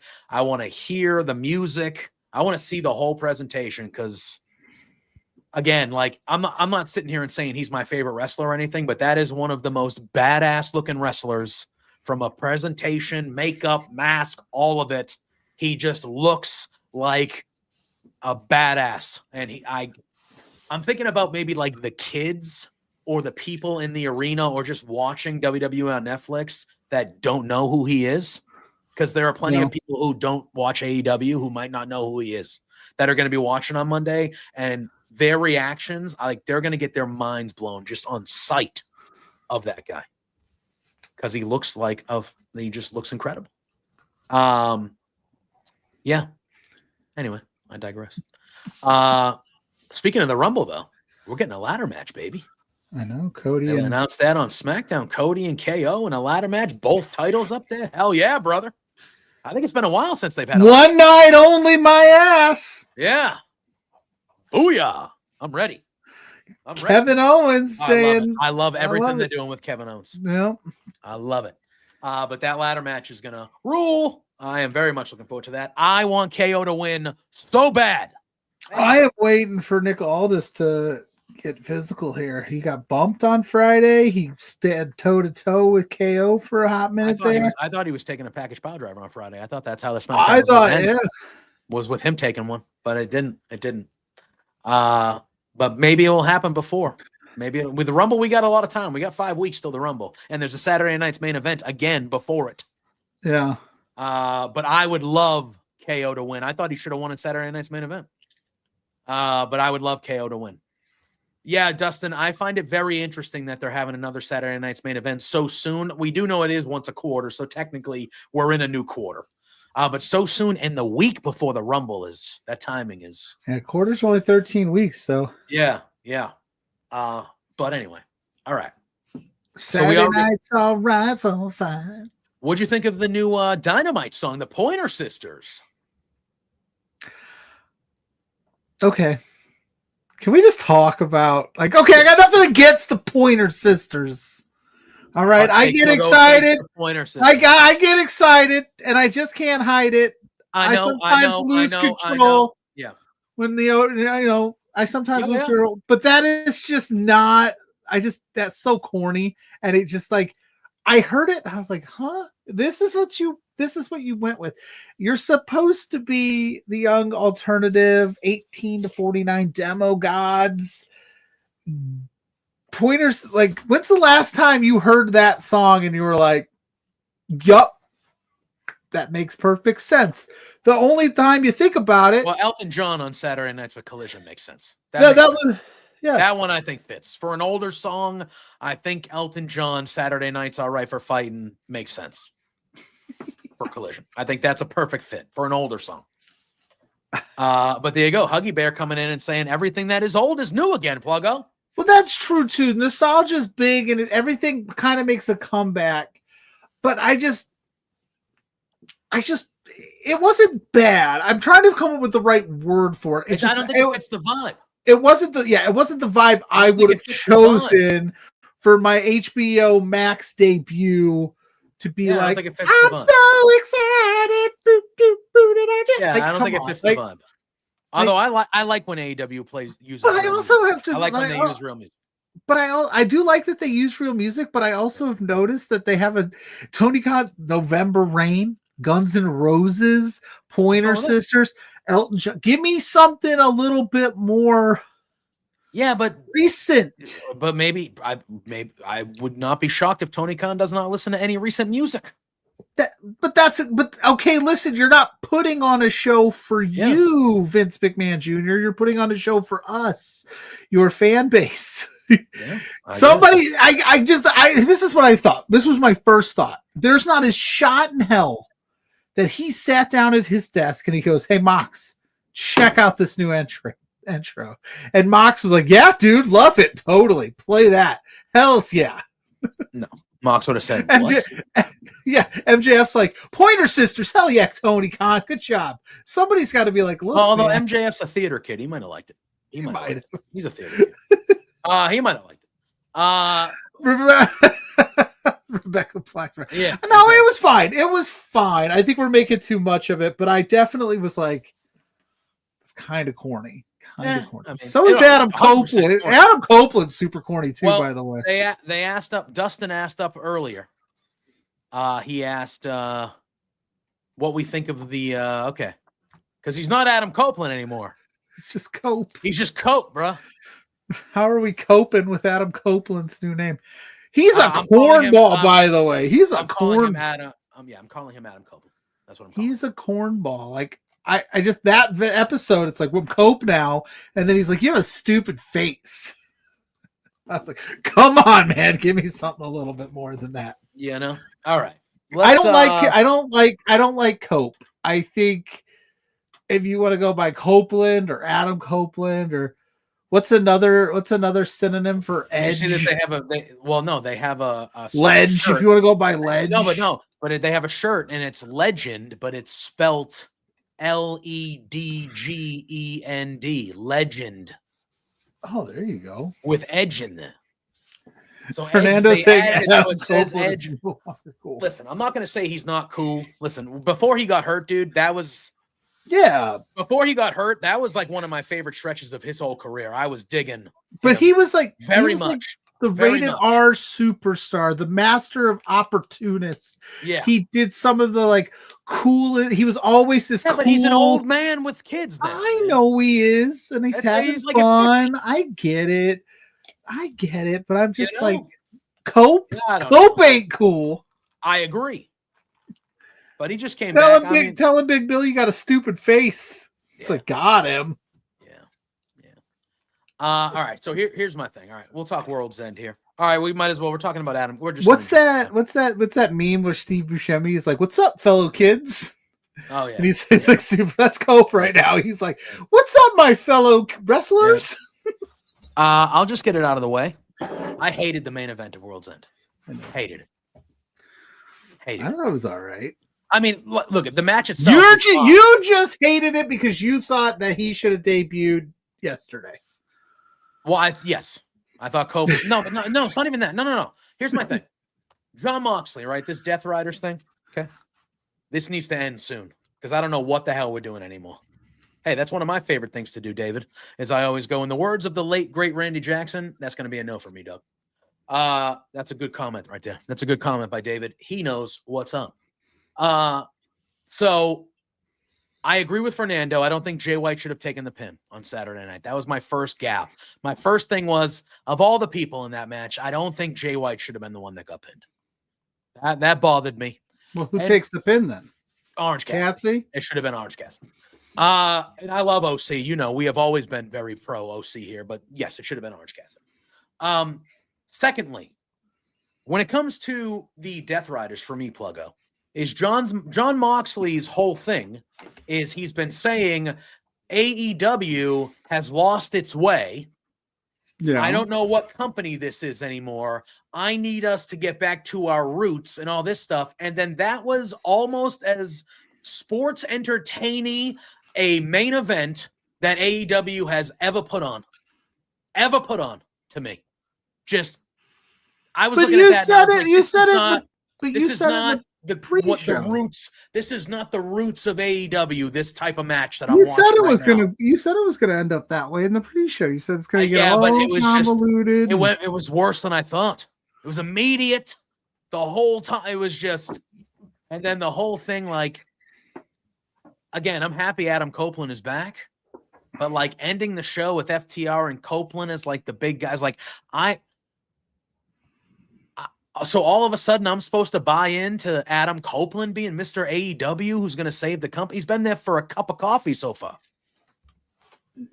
Like I'm supposed to believe, like there, you know, there are not a lot of like there are certain people that are in AEW that used to be in WWE that I don't look at and I say, oh, that's a WWE guy. You know what I mean? But Adam Copeland is 1000% somebody that I look at and I go, that's Edge. The guy, he's Mr. AEW now. Yeah. What are we talking about? That out of nowhere with him coming and saying, "Oh, I'm coming after you. I'm saying," blah, blah. I'm just like, wow, no. They should. I'm cool with the rated art. I'm cool with the rated FTR, the trio stuff. I'm cool with that. I'm just not vibing with Adam Copeland coming back and immediately going for John Moxley in the world title. I don't think he needs to do that right now. He was the TNT champion when he left because he got injured. Mm-hmm. it just feels like this story with Moxley and then just inserting. So Edge what should they do with Edge? Trios titles? Then you go, oh, you got Edge on your roster, and he's a trios champ. I don't know. I don't know if I'm vibing with him and Moxley. Are you? Well, as we've learned, TK is old. He likes his old school nostalgia. He thinks Edge is Cope is a massive draw star for him. Is, and I'm not denying that fact. Yeah, he's a huge name. I don't know. I feel like Moxley has been telling stories with other people, and we haven't gone through all those other people yet. And now we're just inserting Adam Copeland into it. And I'm just kind of like, okay, like we couldn't have gone through the other people yet. Yeah, instead of the way that Mox told the story of like why he put all three of those guys in the match together and challenged them all, he made it make sense. But would it have been better to maybe have them spread those three out, and then get to Adam Copeland after he's built up some 100%? wins? Sure. To me, Jay White, which is another reason why I hated him taking the pin on Saturday, but Jay White to me should be the next guy that gets a one-on-one match with Moxley. It should be Jay White for the title. I don't think he's going to win it, but I feel like it should be Jay White. I feel like that's the next logical choice. But and he's got a case because Wheeler Yuta screwed him. 100%. So but he's to got me, a case. It feels like now Adam Copeland, and I know they're doing the gauntlet match next week, so whoever wins that technically will have the first match with Mox in a couple weeks. So that could be Jay White. Maybe I'll just look like a fool next week. I don't know. But to me, it feels like they're just inserting Copeland into that next guy spot for Moxley. And I'm like, no, Jay White still needs a match with him. I would like to see Hangman and him for one-on-one. This has been part of the story here, not this guy. I'm glad he's back. Don't get me wrong. But what? What about but they ran through Private Party and Danny Garcia, and they haven't circled back to that either. So this is just the next group. Next group. I guess this brings me to my whole, because we're talking about the guys going up against them. I guess that brings me to a greater question is I don't know if I give a shit anymore about the Death Riders. Because I have no idea what the hell's going. Where are we going, man? Well, they convoluted it. Happened at the end of Saturday. What progress happened? Well, they also convoluted it on Wednesday because then everybody did the typical 2025. My New Year's resolution is to be AEW World Champ. Jay White said it. Double J said Jarrett said it. MJF said it. It was like obviously that's your goal. And then Moxley's Cope said I'm coming for it. Like. Okay. I'm just sitting there and I just go like, yes, Adam Copeland and FTR, that was the big thing at the end of the show. I get that.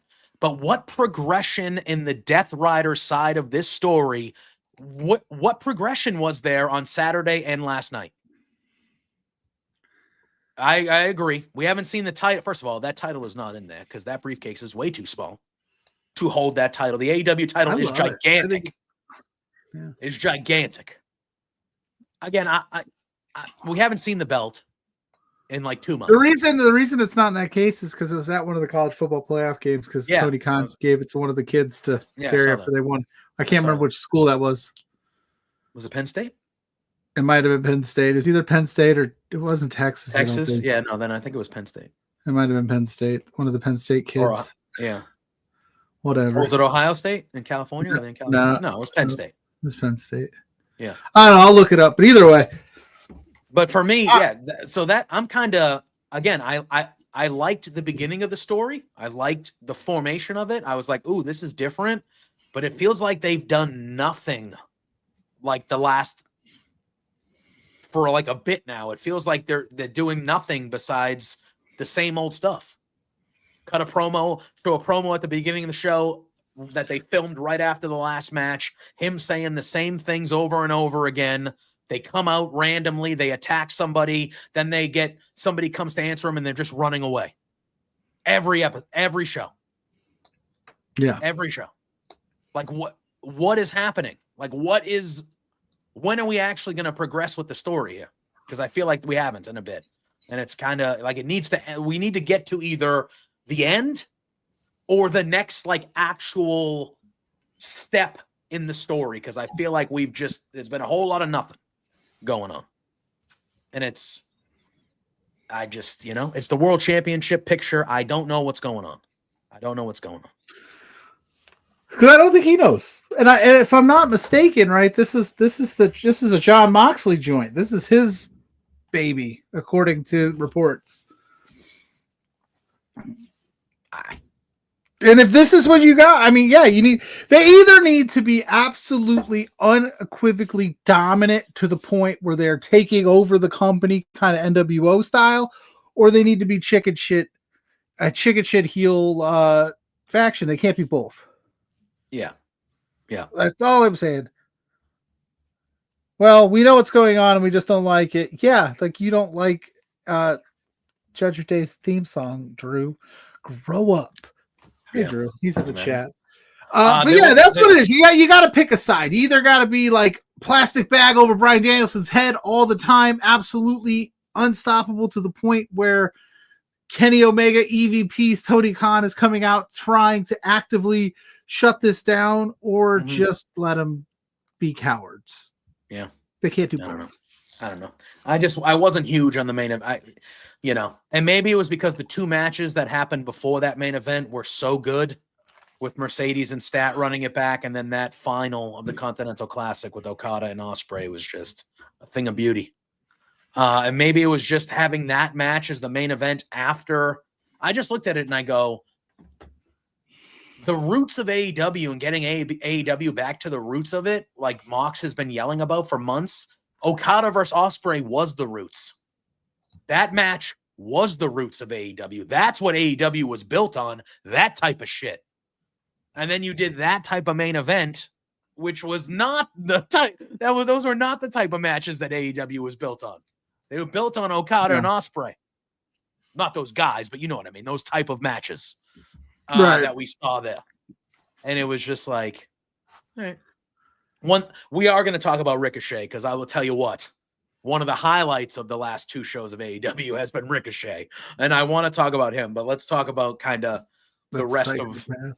Oh my God, dude. I loved it. Let's talk about I'm surprised Stat and Chris Statlander, or Stat and Chris Statlander, Mercedes and Stat was as good as it was. Like I said in the pre-show when we had it, I said it's going to be super hard to replicate the first one, but they did it, and they did it even better. And I was pleasantly surprised. So? Not in a bad way. I think it was better. I think it was a better second match than first. I was more invested this time around.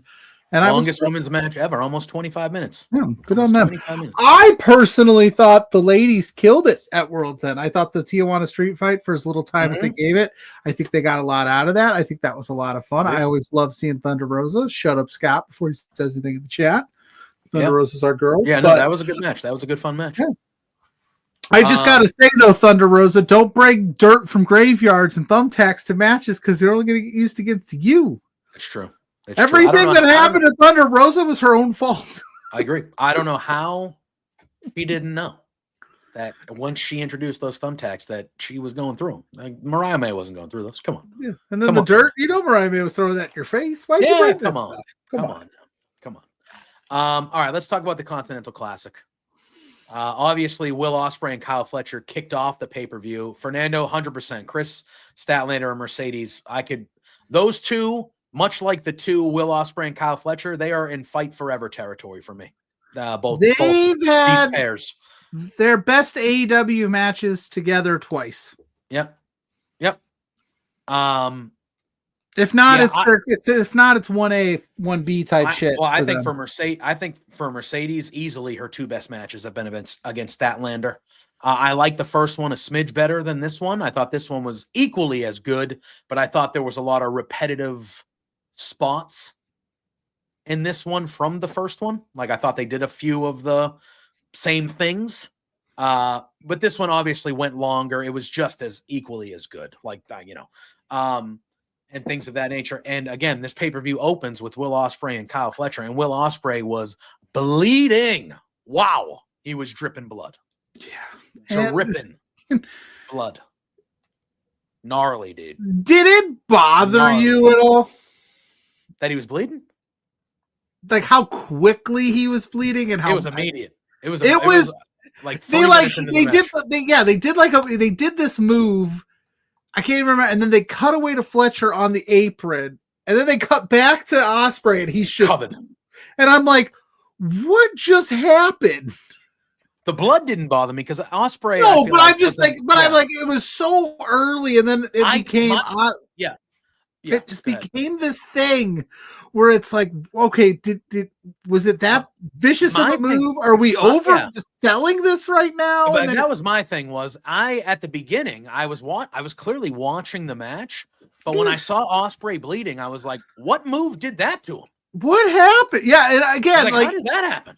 It was a hell of a match. It was a hell of an open. It was fantastic. But that blood, I was just like, what the? It was immediate. And it was a lot. It was a lot. Yeah. I was like, what did Fletcher do? And then when they cut away, did Ospreay cut too deep? Like what? He was, he was dripping blood. Like they had that one camera angle and he's just like, I'm just like, oh my God. Because, and I think part of it was, and I don't think the commentary team quite knew how bad the blood was. Is that what it was when he went into the barricade? Because, he goes into the barricade, he starts bleeding, but then all of the sudden, the commentary switches to like, Kyle Fletcher's just absolutely dominating Ospreay, and this whole like, how is Ospreay going to overcome? And we're 2 minutes into this thing. That wasn't like that gnarly of a move, but so they had to switch, and it worked out because then we got that really awesome promo afterwards from Ospreay. Mm-hmm. I would have Fletcher win. That's just me. I still think. But I get it. It made sense, and it tied all together really well. Ospreay did him like stumbling out. They're just talking about how much blood he lost, and it's like, then he shouldn't be out here wrestling. Yeah. If he lost that much blood, he shouldn't be cleared to wrestle again. You guys, you got to step in. Where we're at. I believe it's a year, Dustin. I think he has a year from when he won it. Yeah. Money in the Bank style. Well, my thought process is, imagine Adam Copeland is the one who takes the belt off Moxley, and Christian cashes in on Adam Copeland. Son of a B. Or I agree. Hope does all the work to get ready to dethrone Moxley, and that's when Christian slides in and steals the belt from Cope, and then we get that Christian. Yeah, could do that. We had to keep. Yeah, maybe. I don't know if Copeland's going to be the guy that takes it from Moxley. I still think it's going to be Darby. Like, I still think Darby, the way this has gone, that Darby is the guy that will do it down the line. And I could see Christian doing it on Darby immediately. Yeah. Where's Darby been? I didn't see him on Wednesday. I don't know. Climbing Everest yet? I don't know. Must been busy. I don't know. He's jumping out of parked cars and stuff. So Ospreay gets the win. He gets his win back on Fletcher. He's in the final. Then we get a really good match between Ricochet and Okada. And Okada gets the victory over Ricochet. But it's what happened afterwards is Swerve shows up. And he's talking his trash to Trevor, as he was calling him. He's talking his trash to Trevor. And at this moment, Prince Nana is handing out rolls of toilet paper, because obviously over the last couple weeks, absolute slower than a pig in shit. I was like, get up. Swerve is literally extending his promo because Nana's like one at a time. It took a while. And as we've seen over the last couple weeks, people have been, at Hammerstein Ballroom, a couple people threw the toilet paper at Ricochet. So this is becoming a thing now. It's been happening a little bit longer than that, but that's becoming a thing now. And so Swerve comes out, he's talking his trash. Prince Nana's handing out toilet paper to the first couple rows. And then Swerve says on cue, everybody, let's show Ricochet how much we like or about him or whatever. And they all throw the toilet paper in. And Ricochet doesn't even have an emotion on his face. He's just looking down at the mat, like just embarrassed, but angry and all that. And, and then we'll just jump to Dynamite last night, and then we'll go back to World's End. And then last night, we have a triple threat match with Swerve, Roderick Strong, and who was Jay White. And Jay White, very good. And the winner will have the top spot, the first spot in the gauntlet match next week. And Swerve was in there. Swerve does a move near the barricade. and he's kind of leaning up against the barricade in that area where all the wrestlers, if you're walking through the crowd, come, and you just see Ricochet very calmly, not running, just very calmly, walks right up, and he puts his arm around Swerve, and he has a gold pair of scissors, and he just boom, right on Swerve's forehead. Poof. And then Swerve drops. At that moment, Jay White and Roderick Strong. Jay White ends up winning with a Blade Runner out of nowhere, kind of. He wins, so he's got the top spot. And then Swerve shows up. Then we see Swerve covered in blood. And Ricochet then proceeds to take off his jacket and dig the scissors in Swerve's head. And then he's just routinely punching him, blood all over his white shirt and all that. And he just completely goes like American Psycho. I got a vibe of American Psycho with Christian Bale. That's a vibe I got from Ricochet. And it's a side of Ricochet that we've never seen before, Pluggo.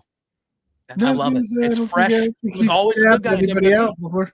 Yeah, he was always a good guy in WWE. I know he was a heel before, but that's not the Ricochet. I only started really watching him when he was, you can only push a man so far. You can. You TP him in the center of a ring in front of 10,000 people or whatever it may be. I don't know. Yeah. He's bound to get upset, and it was interesting. It was interesting. I'm surprised. I'll be intrigued to see where this goes, but yeah, it's a different side of Ricochet. He kind of got the snub from the Hurt Syndicate. He hasn't quite fit in anywhere in AEW, and I know everybody's like, it's part of the story. I think that's why. He's losing matches that he thinks he should win. He's not fitting with this crew, so he's just going to go crazy and stab you out with a pair of scissors. You kind of dig that. Yeah. We've never seen Ricochet act that way. It was really good. So I'm very intrigued. He's more vicious than the Death Riders right now. Literally. Like, that was a very, very vicious attack last night by Ricochet, and it is something that I did not see coming for him. Those glasses made it, dude. Those glasses made the moment to me. The glasses he was wearing, and he headbutted him, and he had blood dripping down his forehead. Oh my god, it was really good. So then rewind. I almost said fast forward. Rewind back to World's End. That set us up for the finale of the Continental Classic, and it was Will Ospreay versus Okada. And my god, these two, Jesus, what a match! Super good. What a match. And Kazuchika Okada gets the victory to win the Continental Classic and cement himself as the greatest tournament wrestler in the history of pro wrestling, at the very least alive today. His 5th major tournament victory with his 4 G1s, and now Continental Classic champion. Yeah, I think he should have won, but I would have loved to have seen it be Fletcher and Okada. Yeah, I mean, we got that match in the tournament. But again, I loved it. Yeah, it was good. I just felt like the way that they were going into it, they were really hammering home that Okada was the best tournament wrestler in the world. And the way they were hammering it home, it just made me think as it went on, I was like, they're going to cement that like he's winning. And he did. Yeah. But obviously something giant happened after he won. Because we get Christopher Daniels at the top of the ramp, and he says, now I should be bringing this belt down to you, Okada, but I have news. I am no longer an EVP. But he's still important, because on Wednesday they made sure to let us know when he's getting his ass kicked that he's still an important part of the structure in AEW. Yep. So he says he's not an EVP anymore, so he can't present Okada with the belt. But he says this gentleman is, and we see the return of Kenny Omega. He was looking good. Beautiful suit. He looked good. He looked slim and trim. He looked good. And he takes the belt and he walks it down and hands it to Okada. And they obviously have a little mini stare down in the ring. Kenny looked like he was being very like, hey, I'm not. Okada looked like he was like, I'll kill you. And Kenny was like, no, I'm just here doing this. I'm just, But Okada was like, I know you. I know you too well. Like, I will. No. But Kenny Omega makes his return. Obviously, he's making his return to the ring this weekend at Wrestle Dynasty on Sunday, or technically Saturday at 11 p.m. And the Bucks are going to be there, so maybe there'll be some rekindling of. Have you seen that Wrestle Dynasty card? It's Ricochet versus Zack Sabre Jr., dude. There's a lot of good matches on it. Yeah, Mercedes and Mina, Gabe Kidd and Kenny. You get the Bucks. Shingo and Takeshita. Yeah, dude. Cool. Shingo and Takeshita. That's at Wrestle Kingdom, though, right? But I think they're close. I think the winner of that match at Wrestle Kingdom is fighting It's Ishii. Ishii. Yeah, Yes. Ishii. Yeah. Right, But yeah, Shingo and Takesha's at Wrestle Kingdom. That match is going to fucking rule. Oh my god, that match is going to be good. But yeah. So that happened. Okada, Kenny Omega, and then we saw on Dynamite last night that they announced that Omega is returning next week. He'll be at Dynamite, and I would assume he's back he's back after that, like back. You know, so maybe it'd be it'd be great for AEW to have him back because he's awesome. Yep, and he's sorely missed. Johnny Sabre Jr. is going to get scissored. Well, we can talk about that because that actually happened on Dynamite last night. But it looks like the Acclaimed might officially be done. Anthony Bowens walked out on Max Caster as he was getting the shit kicked out of him by. Now, do you think Max Caster wasn't allowed to rap because of what happened last week and what he said, or was he just being? I think he was because he was like, I'm in serious mode today. I'm not rapping. Yeah. He yelled at Bowens. He was like, "No funny stuff tonight. No scissoring. I'm not gonna rap. I don't want to get in trouble before this match. This is serious. This is the Hurt Syndicate." And Bowens just walked off. He's like, "Whatever, dude." And we hurt people. Did you notice the way that? Did you notice? It's a great song. It's a good song. Did you notice how the match went? It was every second of that match that Max Caster was in the ring, he was getting the brakes beat off of him. And Bowens. And then the second Bowens got in, Bowens was kicking everyone's ass. And then I know my favorite moment is when Caster's getting his ass kicked on the outside and getting Shelton's just pummeling him. Murder. Bowens drops down to go to help him and then just goes, and then walked back up and took his spot at the tag rope. But I was like, oh, you guys are done.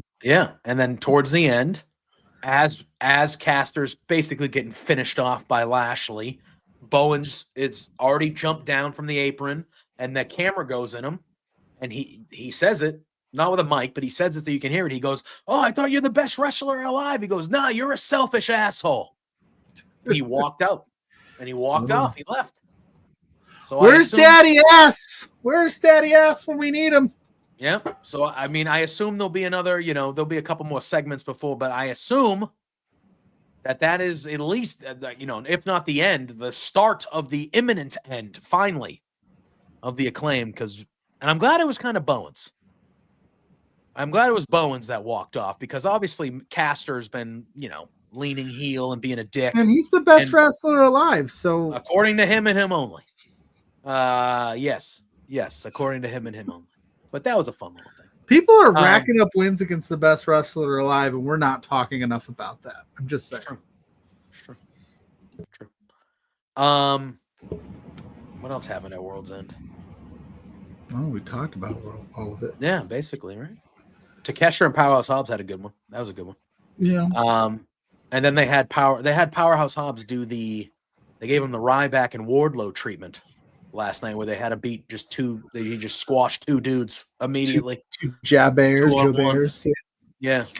So I was like, I guess it's better for him to be on the TV show than not be on the TV show, but I hope they have something better for a guy like Powerhouse Hobbs than that. Where's Wardlow? Injured, I think. I think Sean had reported, or he was asked, and he said that he had been out injured for a while. Then we had that Jobber, Double J. Yes, and then Double J, like we talked about a little bit with Malcolm, but Double J cut that promo. Everyone thought he was going to retire. He had the boots out there. And he said, "You know what? I have signed my last contract. I have re-signed with AEW, and I have big ambitions and big goals in 2025, and I'm thinking AEW Gold." And he said, "And not trios championships, and not tag championships.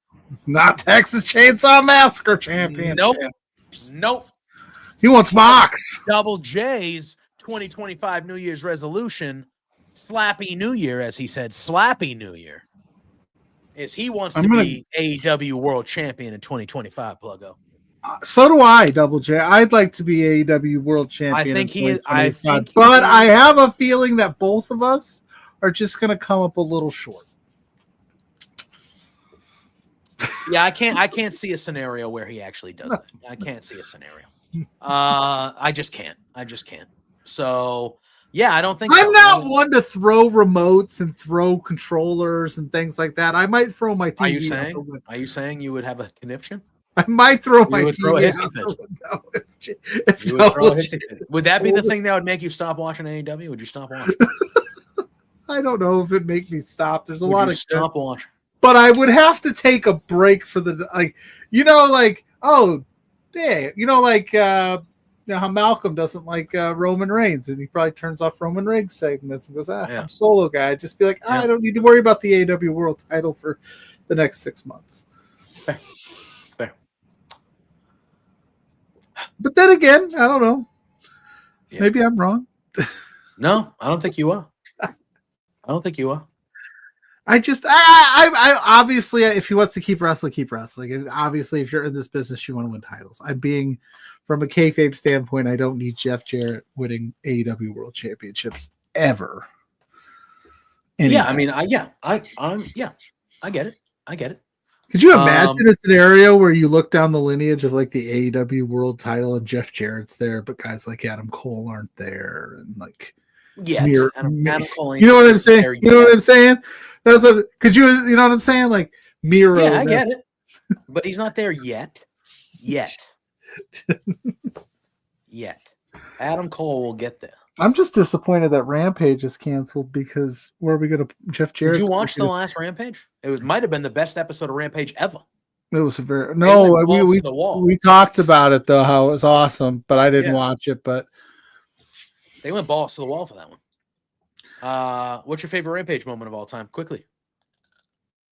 CM Punk's return. Yeah, that was a good one. Wait, was that? Yeah. Yeah, that was on Rampage. That was when they were trying. That was it. That's it for me.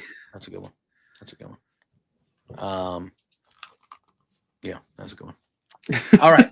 I was gonna say, I would hope so. Yeah, that's up there. I was gonna say Wheeler Yuta and John Moxley. That match was just but anyway, I forgot Punk's was on Rampage. That is the one. All right. We talked about a little bit about WWE with Malcolm and stuff like that. But this Monday, Pluggo. Yeah. WWE Raw, Netflix from the Intuit Dome in Los Angeles. We have 4 matches confirmed, 4 big matches confirmed. We know Cody Rhodes will be there. Mm-hmm. We know John Cena will be there. Mm-hmm. There's rumor that maybe a final boss might be there. Yeah. This is going to be monumental. It would be insanity. Absolutely insanity. This is going truly. I think this is going. It's a new era for WWE, but I truly believe they are going to try to make this the biggest Raw of all time. The 4 matches we have Drew McIntyre versus Jey Uso. We have Roman Reigns and Solo for the Tribal Combat for the Ula Fala. We have Liv Morgan and Rhea in the Last Women Standing. And we have CM Punk versus Seth freaking Rollins. So 4 Dynamite matches. Well, no, they're Raw matches. Dynamite's on Wednesdays. Yeah, you know what I see what you did there. Got him. I see what you did there. Who do you think? You think Roman finally gets the Ula Fala? I'm not going to say it. I got yelled at. We got yelled at earlier. Malcolm's probably still watching. He might be. But I'll be honest. How are you? Do you think Roman gets his revenge? I don't think this is done. Do you think this is like the 5th inning or something like that? What happens? What happens if Roman wins on Monday? What do you do then? Is Solo's bloodline just dead, done, and over? I don't know.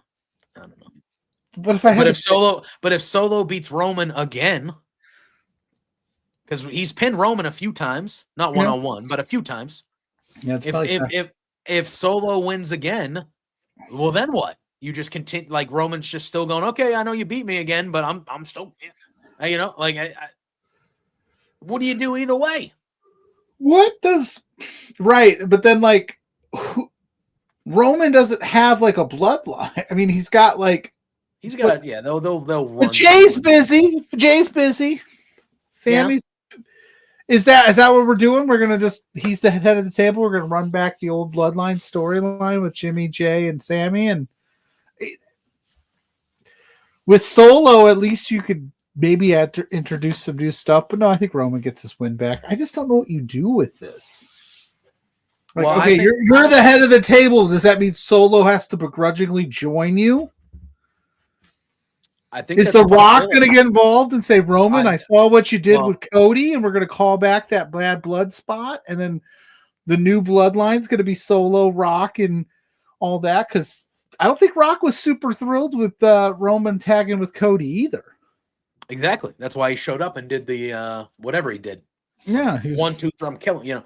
Well, I think there's a chance The Rock is there on Monday.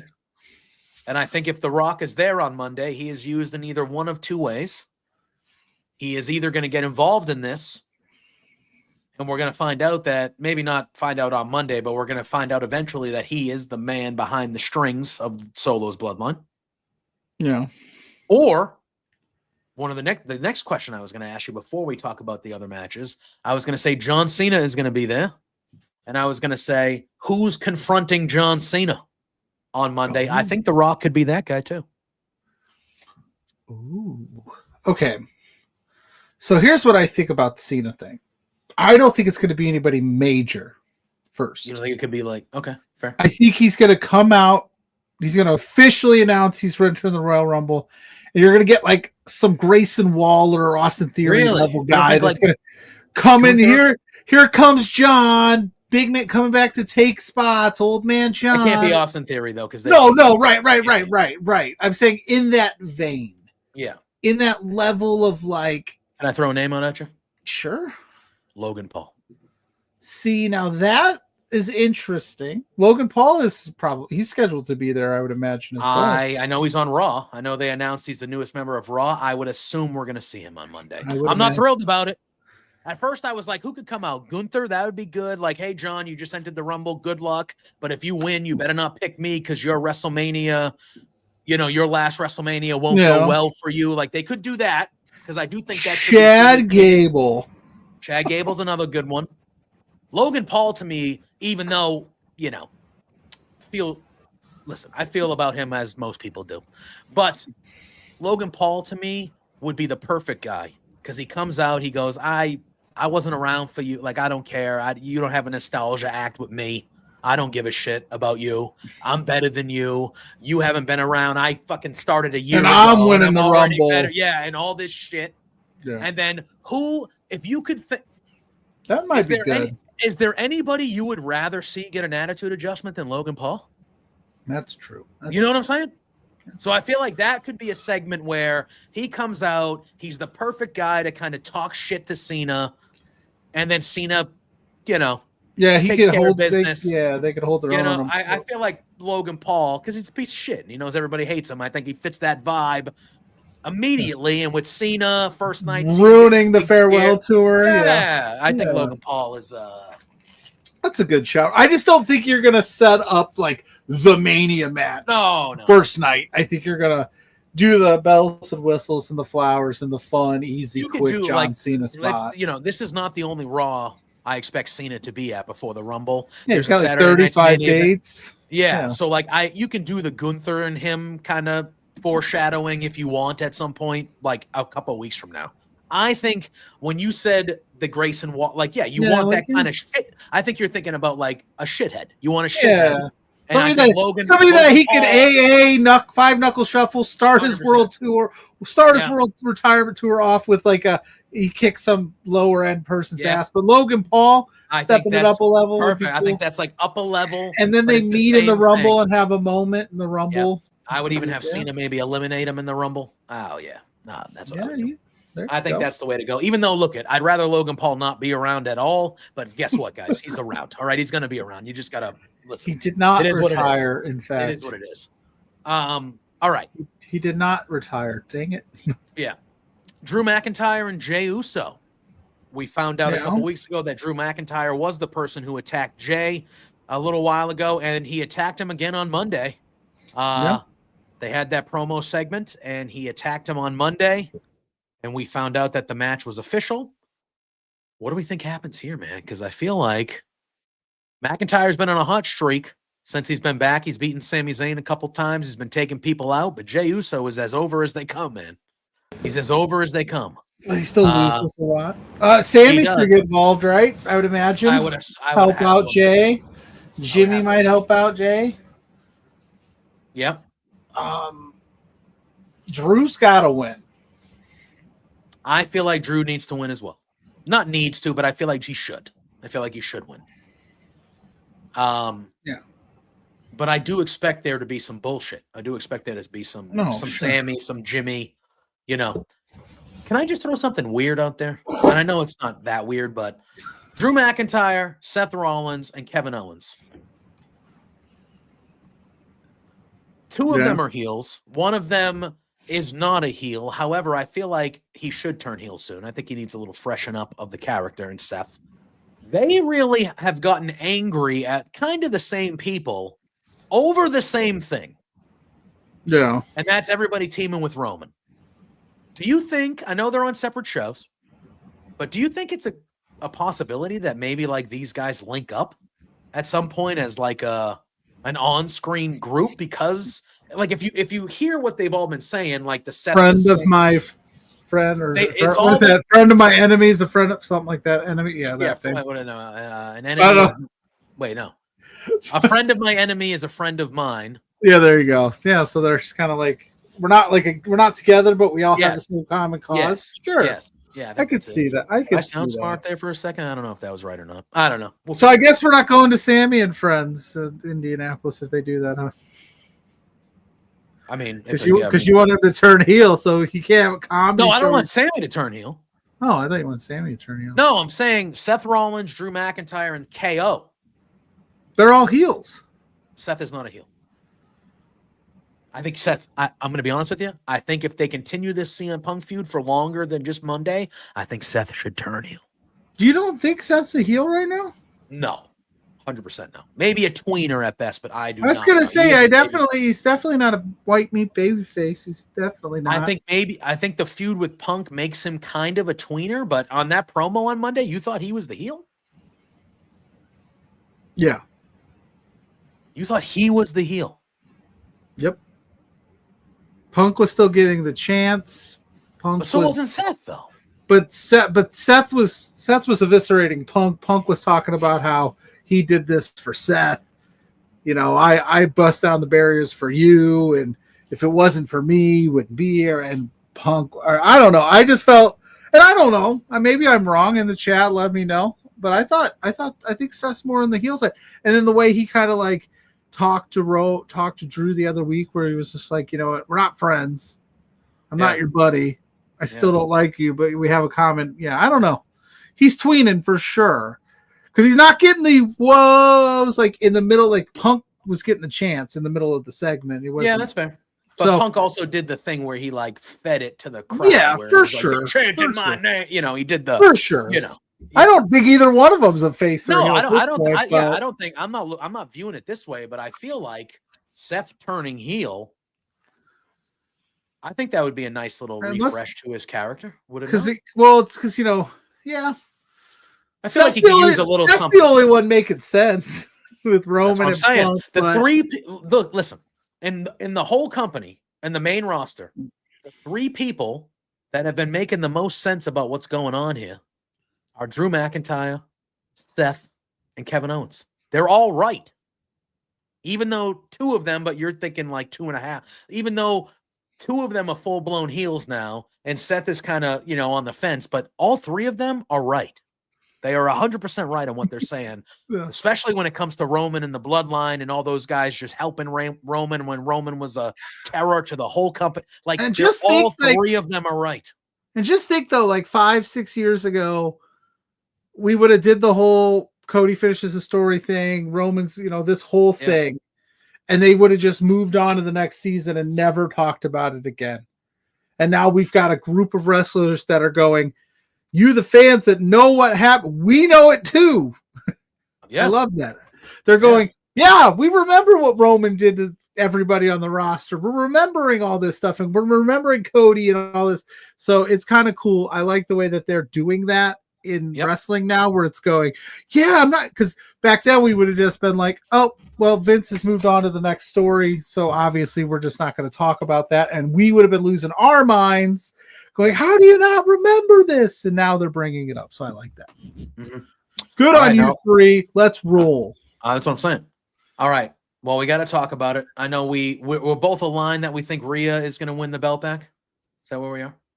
I mean, I want her to, because I feel like if you're Rhea Ripley from a character standpoint, if you do all of this and you don't come away with gold, then what were we doing? Yeah. So you're saying Liv is right? I don't know. I don't know. But yeah, I think Rhea gets it done right around Mania. Then you have a big Mania match with Rhea. I could see Rhea winning and Charlotte showing up on Raw for a face-to-face with her. I could see that happening and just running that match back. That's one of the best matches in Mania history. Her and Charlotte from a couple years ago. Just spectacular. Yeah. I could see them running that back big time. All right, who do you think's winning, CM Punk or Seth Rollins, dude, before we get out of here? I think this will main event. The show.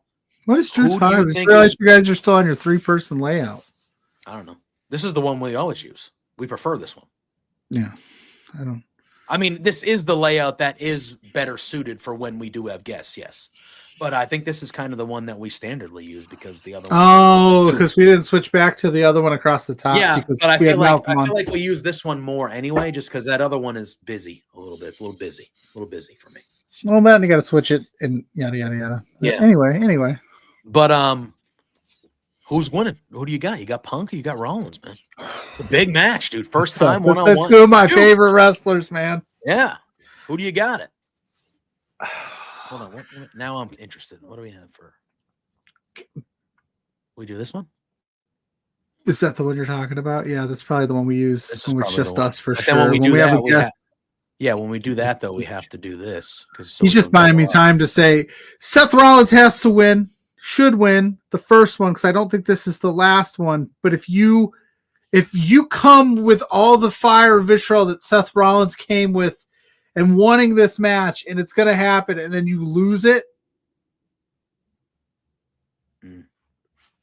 we're all going to sit there and go, huh, that was all for naught.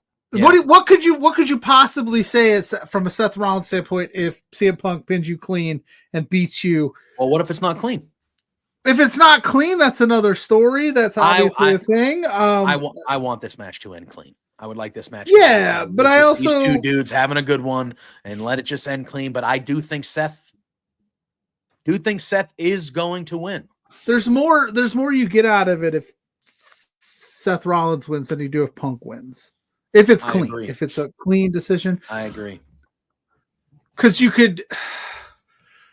Punk didn't really he wanted the match, but Seth was the one really pushing for it. Then if Seth gets a clean win over him, you kind of get Punk kind of stirring a little bit going, wait a minute. No, this isn't. No. Mm-hmm. And then you kind of get him a little agitated and ramped up. And then you could kind of like they did with Drew. I don't know, but oh man, that's tough. Punk winning though, I wouldn't be shocked at all. No. And like the only reason why look at, either one of these guys can win. Let's be honest. They're two monster top of the card guys. Like either one of them can win. I agree with you. I think you get more out of Seth winning. Scott brings up a point. It could end in some sort of they don't even make DQ thing like that. Like that could definitely happen. Does Drew get involved? No. Does anybody get involved? Who would get involved on Punk's behalf? That's the thing. It's not like he's got a bunch of buddies. I don't know. Heyman owes him a favor, but I don't think he'd pull a favor. Yeah, like Rollins. Punk doesn't have friends that way. So I don't think Yeah. somebody would come out and help Punk. But either does Seth. Seth doesn't have a lot of friends that way either. Yeah, I don't So know. these two guys, I think it should just be give us what we want, a 20 minutes of just 25 minute banger and just have somebody win. That's it. Just have somebody win. And I think it should be Punk. I mean, I think it should be Rollins, though. However, although Remember crazy the- Seth remember the- Rollins. Yeah, crazy yeah, that'd be Seth Rollins. nice. That'd be nice if Seth Rollins kind of Maybe lost went it. And crazy, maybe went yeah. psycho heel. That's what I want. I want Rollins to win, but kind of go dark. Yeah, That's what I would like. That'd be But cool. it wasn't that long ago where CM Punk cut a promo saying that he was going for Gunther in the World Championship. Yeah. Now, I don't know if this is a one-off match between Seth and Punk, or if we're gonna drag this out to the point where maybe it is still their Mania match, each of them. I don't know. But at the same time, if Punk is going to be fighting Gunther specifically on the way before Mania, it would make sense for him to beat Seth Rollins. Yeah. Well, things just got real loud on your end, like your background. My heater kicked on. Oh, is that what it is? I was like, "Whoa, oh, man." whoa. Yeah, Right. that's not wrong. And I guess I love the idea too of like Punk rolling him up, beating Rollins, and doing that little shit-eating grin that he does, and be like, "Got you, young kid," Yeah. and then I just kinda, that drives Seth Rollins crazy. So I do like and then that he too. turns into a psycho, maybe. Let's and that's how just you get go out on a limb here and say that we're all going to be winners, no matter who wins Oh, this yeah. thing, because there's all endless possibilities for this particular match, and it's going to hopefully continue all the way to SummerSlam. Yeah. David Pluggo would turn off the channel. I'm pretty sure he Wait, would turn off the channel. What did it say? What would you do if all of a sudden we hear mine? Yeah, no, I'd just be like, God, no. He's Nope. just like, you know what? It's my last year. I'm on both companies. I'm showing up everywhere. I'm double J. He wins a world title, then he shows Slappy up, New Year, man. Slappy shows New up on Year. Netflix. I might have to stop watching wrestling. Dustin, 1000% CM Punk and John Cena should walk past each other in the back of Raw on Monday. 1000% that should happen. That will be a match for Cena in 2025. It absolutely should be a match. Yeah. I would not be. Punk is on the short list for me for what would be an acceptable last match for John Cena. Happy New Year, Warren, Mr. Warren Hayes. Hey, Mr. Spectacular Warren. human being you are. We love you. We We got to miss get you on here soon, my friend. Let's line that up soon. And we would love to have you back on here, chatting it up. I like how he all caps went HNY. it looked Happy like to it get almost went says honey. you dudes. Yeah. And I like it. I like it. He's getting creative. I like it. I like it. All right, Pluggo. We did That's it. our time, brother. Another good one tonight. We talked some AEW. We talked some Rumble. David, We tried to talk Waffle House, but don't have any near us. Sorry, closest one 6 hours away, bro. What do you want me to do? What do you want me to do? You know how many times I've eaten at Waffle House in my life? The answer is 0. The answer is 0. There is not Dude, one near that's me funny. at all. That's funny. The answer is 0. Now, would I probably devour? And thank you, David. Appreciate you being here, man, and in the chat and being active. Appreciate you. Would I probably devour something at Waffle House and then an hour later devour a bathroom? Yes, Yeah. 100%. The way Malcolm's interviews go, all those orders sound delicious, but They do everything. Like I know Johnny earlier was like, you got to get the hash brown smothered and covered. I don't even know everything that entails, but yeah, 100%. And I'll eat all of them. I'll eat all of them. Yeah, so maybe we'll make a trip to Waffle House in our future. Yeah, there is one in Indianapolis. I feel like we have to. Yeah. I feel like we have to. All right, Pluggo. But that's our time. Talked a little bit of everything. Good show tonight. We want to thank Malcolm, Muscleman Malcom, for joining us for the first half hour to talk a little 2024 highlights and 2025 predictions and just have a good conversation. That's a great dude. Looking forward to seeing him again in Indy during Rumble weekend. But it is our time for the evening, Pluggo. So why don't you do that damn thing and let the that's people a know hell where of they a can find way. you and find us. That's a hell of a way to kick off 2025 with a massive Sure guest is. like Malcolm. Sure We're going to is. keep that ball rolling. But you can find me at Pluggo on all social media platforms. You search Pluggo, you'll see this face. Saturday morning, 10 a.m., me and Blair Pacheco do the Exposure, the first annual Exposy Awards. We're going to talk about the year that was 2024 of independent wrestling and hand out some Exposy Awards. That'll be 10 a.m. on this very channel. And then for everything Between Two Beards related, go to @B2Beards on all social media platforms to see what we've got going on, what we've got coming up. And like you said, we're going to be in Indy for the Rumble, so we're going to be making little announcements and things about what we're doing, where we're going to be, and all that fun stuff soon. Heck yeah, man. You can find me at JPJ Loves Gaming on all social media platforms, including YouTube and Twitch. Every WWE show Mondays, Tuesdays, and Fridays. We do watch-alongs on my channel, JPJ Loves Gaming. Obviously, Thursday nights, like Pluggo said, you can find me here on the flagship here at Love Wrestling Between Two Beards. Yeah, Scott, you did finish second. You did. Congrats on the second place finish. Yeah, I did not do well. I did not do well. I did not have a good year in any of my fantasy leagues. This was one of the all-around worst years I've had in a while. Worst years I've had in a while, all around. It makes me never want to play fantasy football ever again until next year when people start asking me. I go, okay. Like the first year in like 5 or 6 years where I think I did not have one of my teams make the play. Like I was bad in almost every league. It's brutal. But Tuesdays and Thursday mornings, 10 a.m. with my man Drew Nicholas, who you saw in the chat tonight. We do Firmly Love Wrestling. We talk WWE on Tuesdays. We talk AEW on Thursdays. And then this Saturday night, 6 p.m. Eastern Standard Time, I am going to be live on our pal Josh Robinson's channel. We are actually doing a sim of the Raw on Netflix because they're making it such a big event, and we had none scheduled for December or January because there's no pay-per-view in January. So we were like, what's an excuse to do one in January? They kind of balled the show up and made it a very top big time Raw. So we're doing that on Saturday on his channel as well. So yeah, got a lot of cool stuff coming up, Pluggo. I'm excited about the next month. We got a lot of cool shit and a lot of big things we're going to be doing. Looking forward to it. Want to thank everybody in the chat for popping in, for being active, for being awesome with the questions and comments. Appreciate you all. And you guys know the drill, man. Until next time, say hi to the lovely Sue. Pluggo, if you want to get one more cheer in, get one more cheer in. Let's go Irish. Beat them Nitty Lions. Next Thursday is going to be wild because I'm going to be on air paying attention to Notre Dame because they play at the exact same time as Beards next week. But I don't miss episodes if it's all possible. That's all right. I know the assignment next week. I'll live react. I'll carry the load. Oh, man. Yeah. I'll carry the load. So everybody say hi to Sue. Everyone say hi to Sue. We'll see you next week. Have a great weekend, everybody. Peace out. Hey there, Pluggo and JPJ. It's Trent's mom, Sue, and I have a bone to pick with you. So, I understand that you guys are being real idiots and spending your entire monthly budget. You've got to be kidding me. This is not the way to be when you're trying to run a business. Your boss, Spencer, is really pissed off at you. I'm pissed off at you. You have some nerve. Get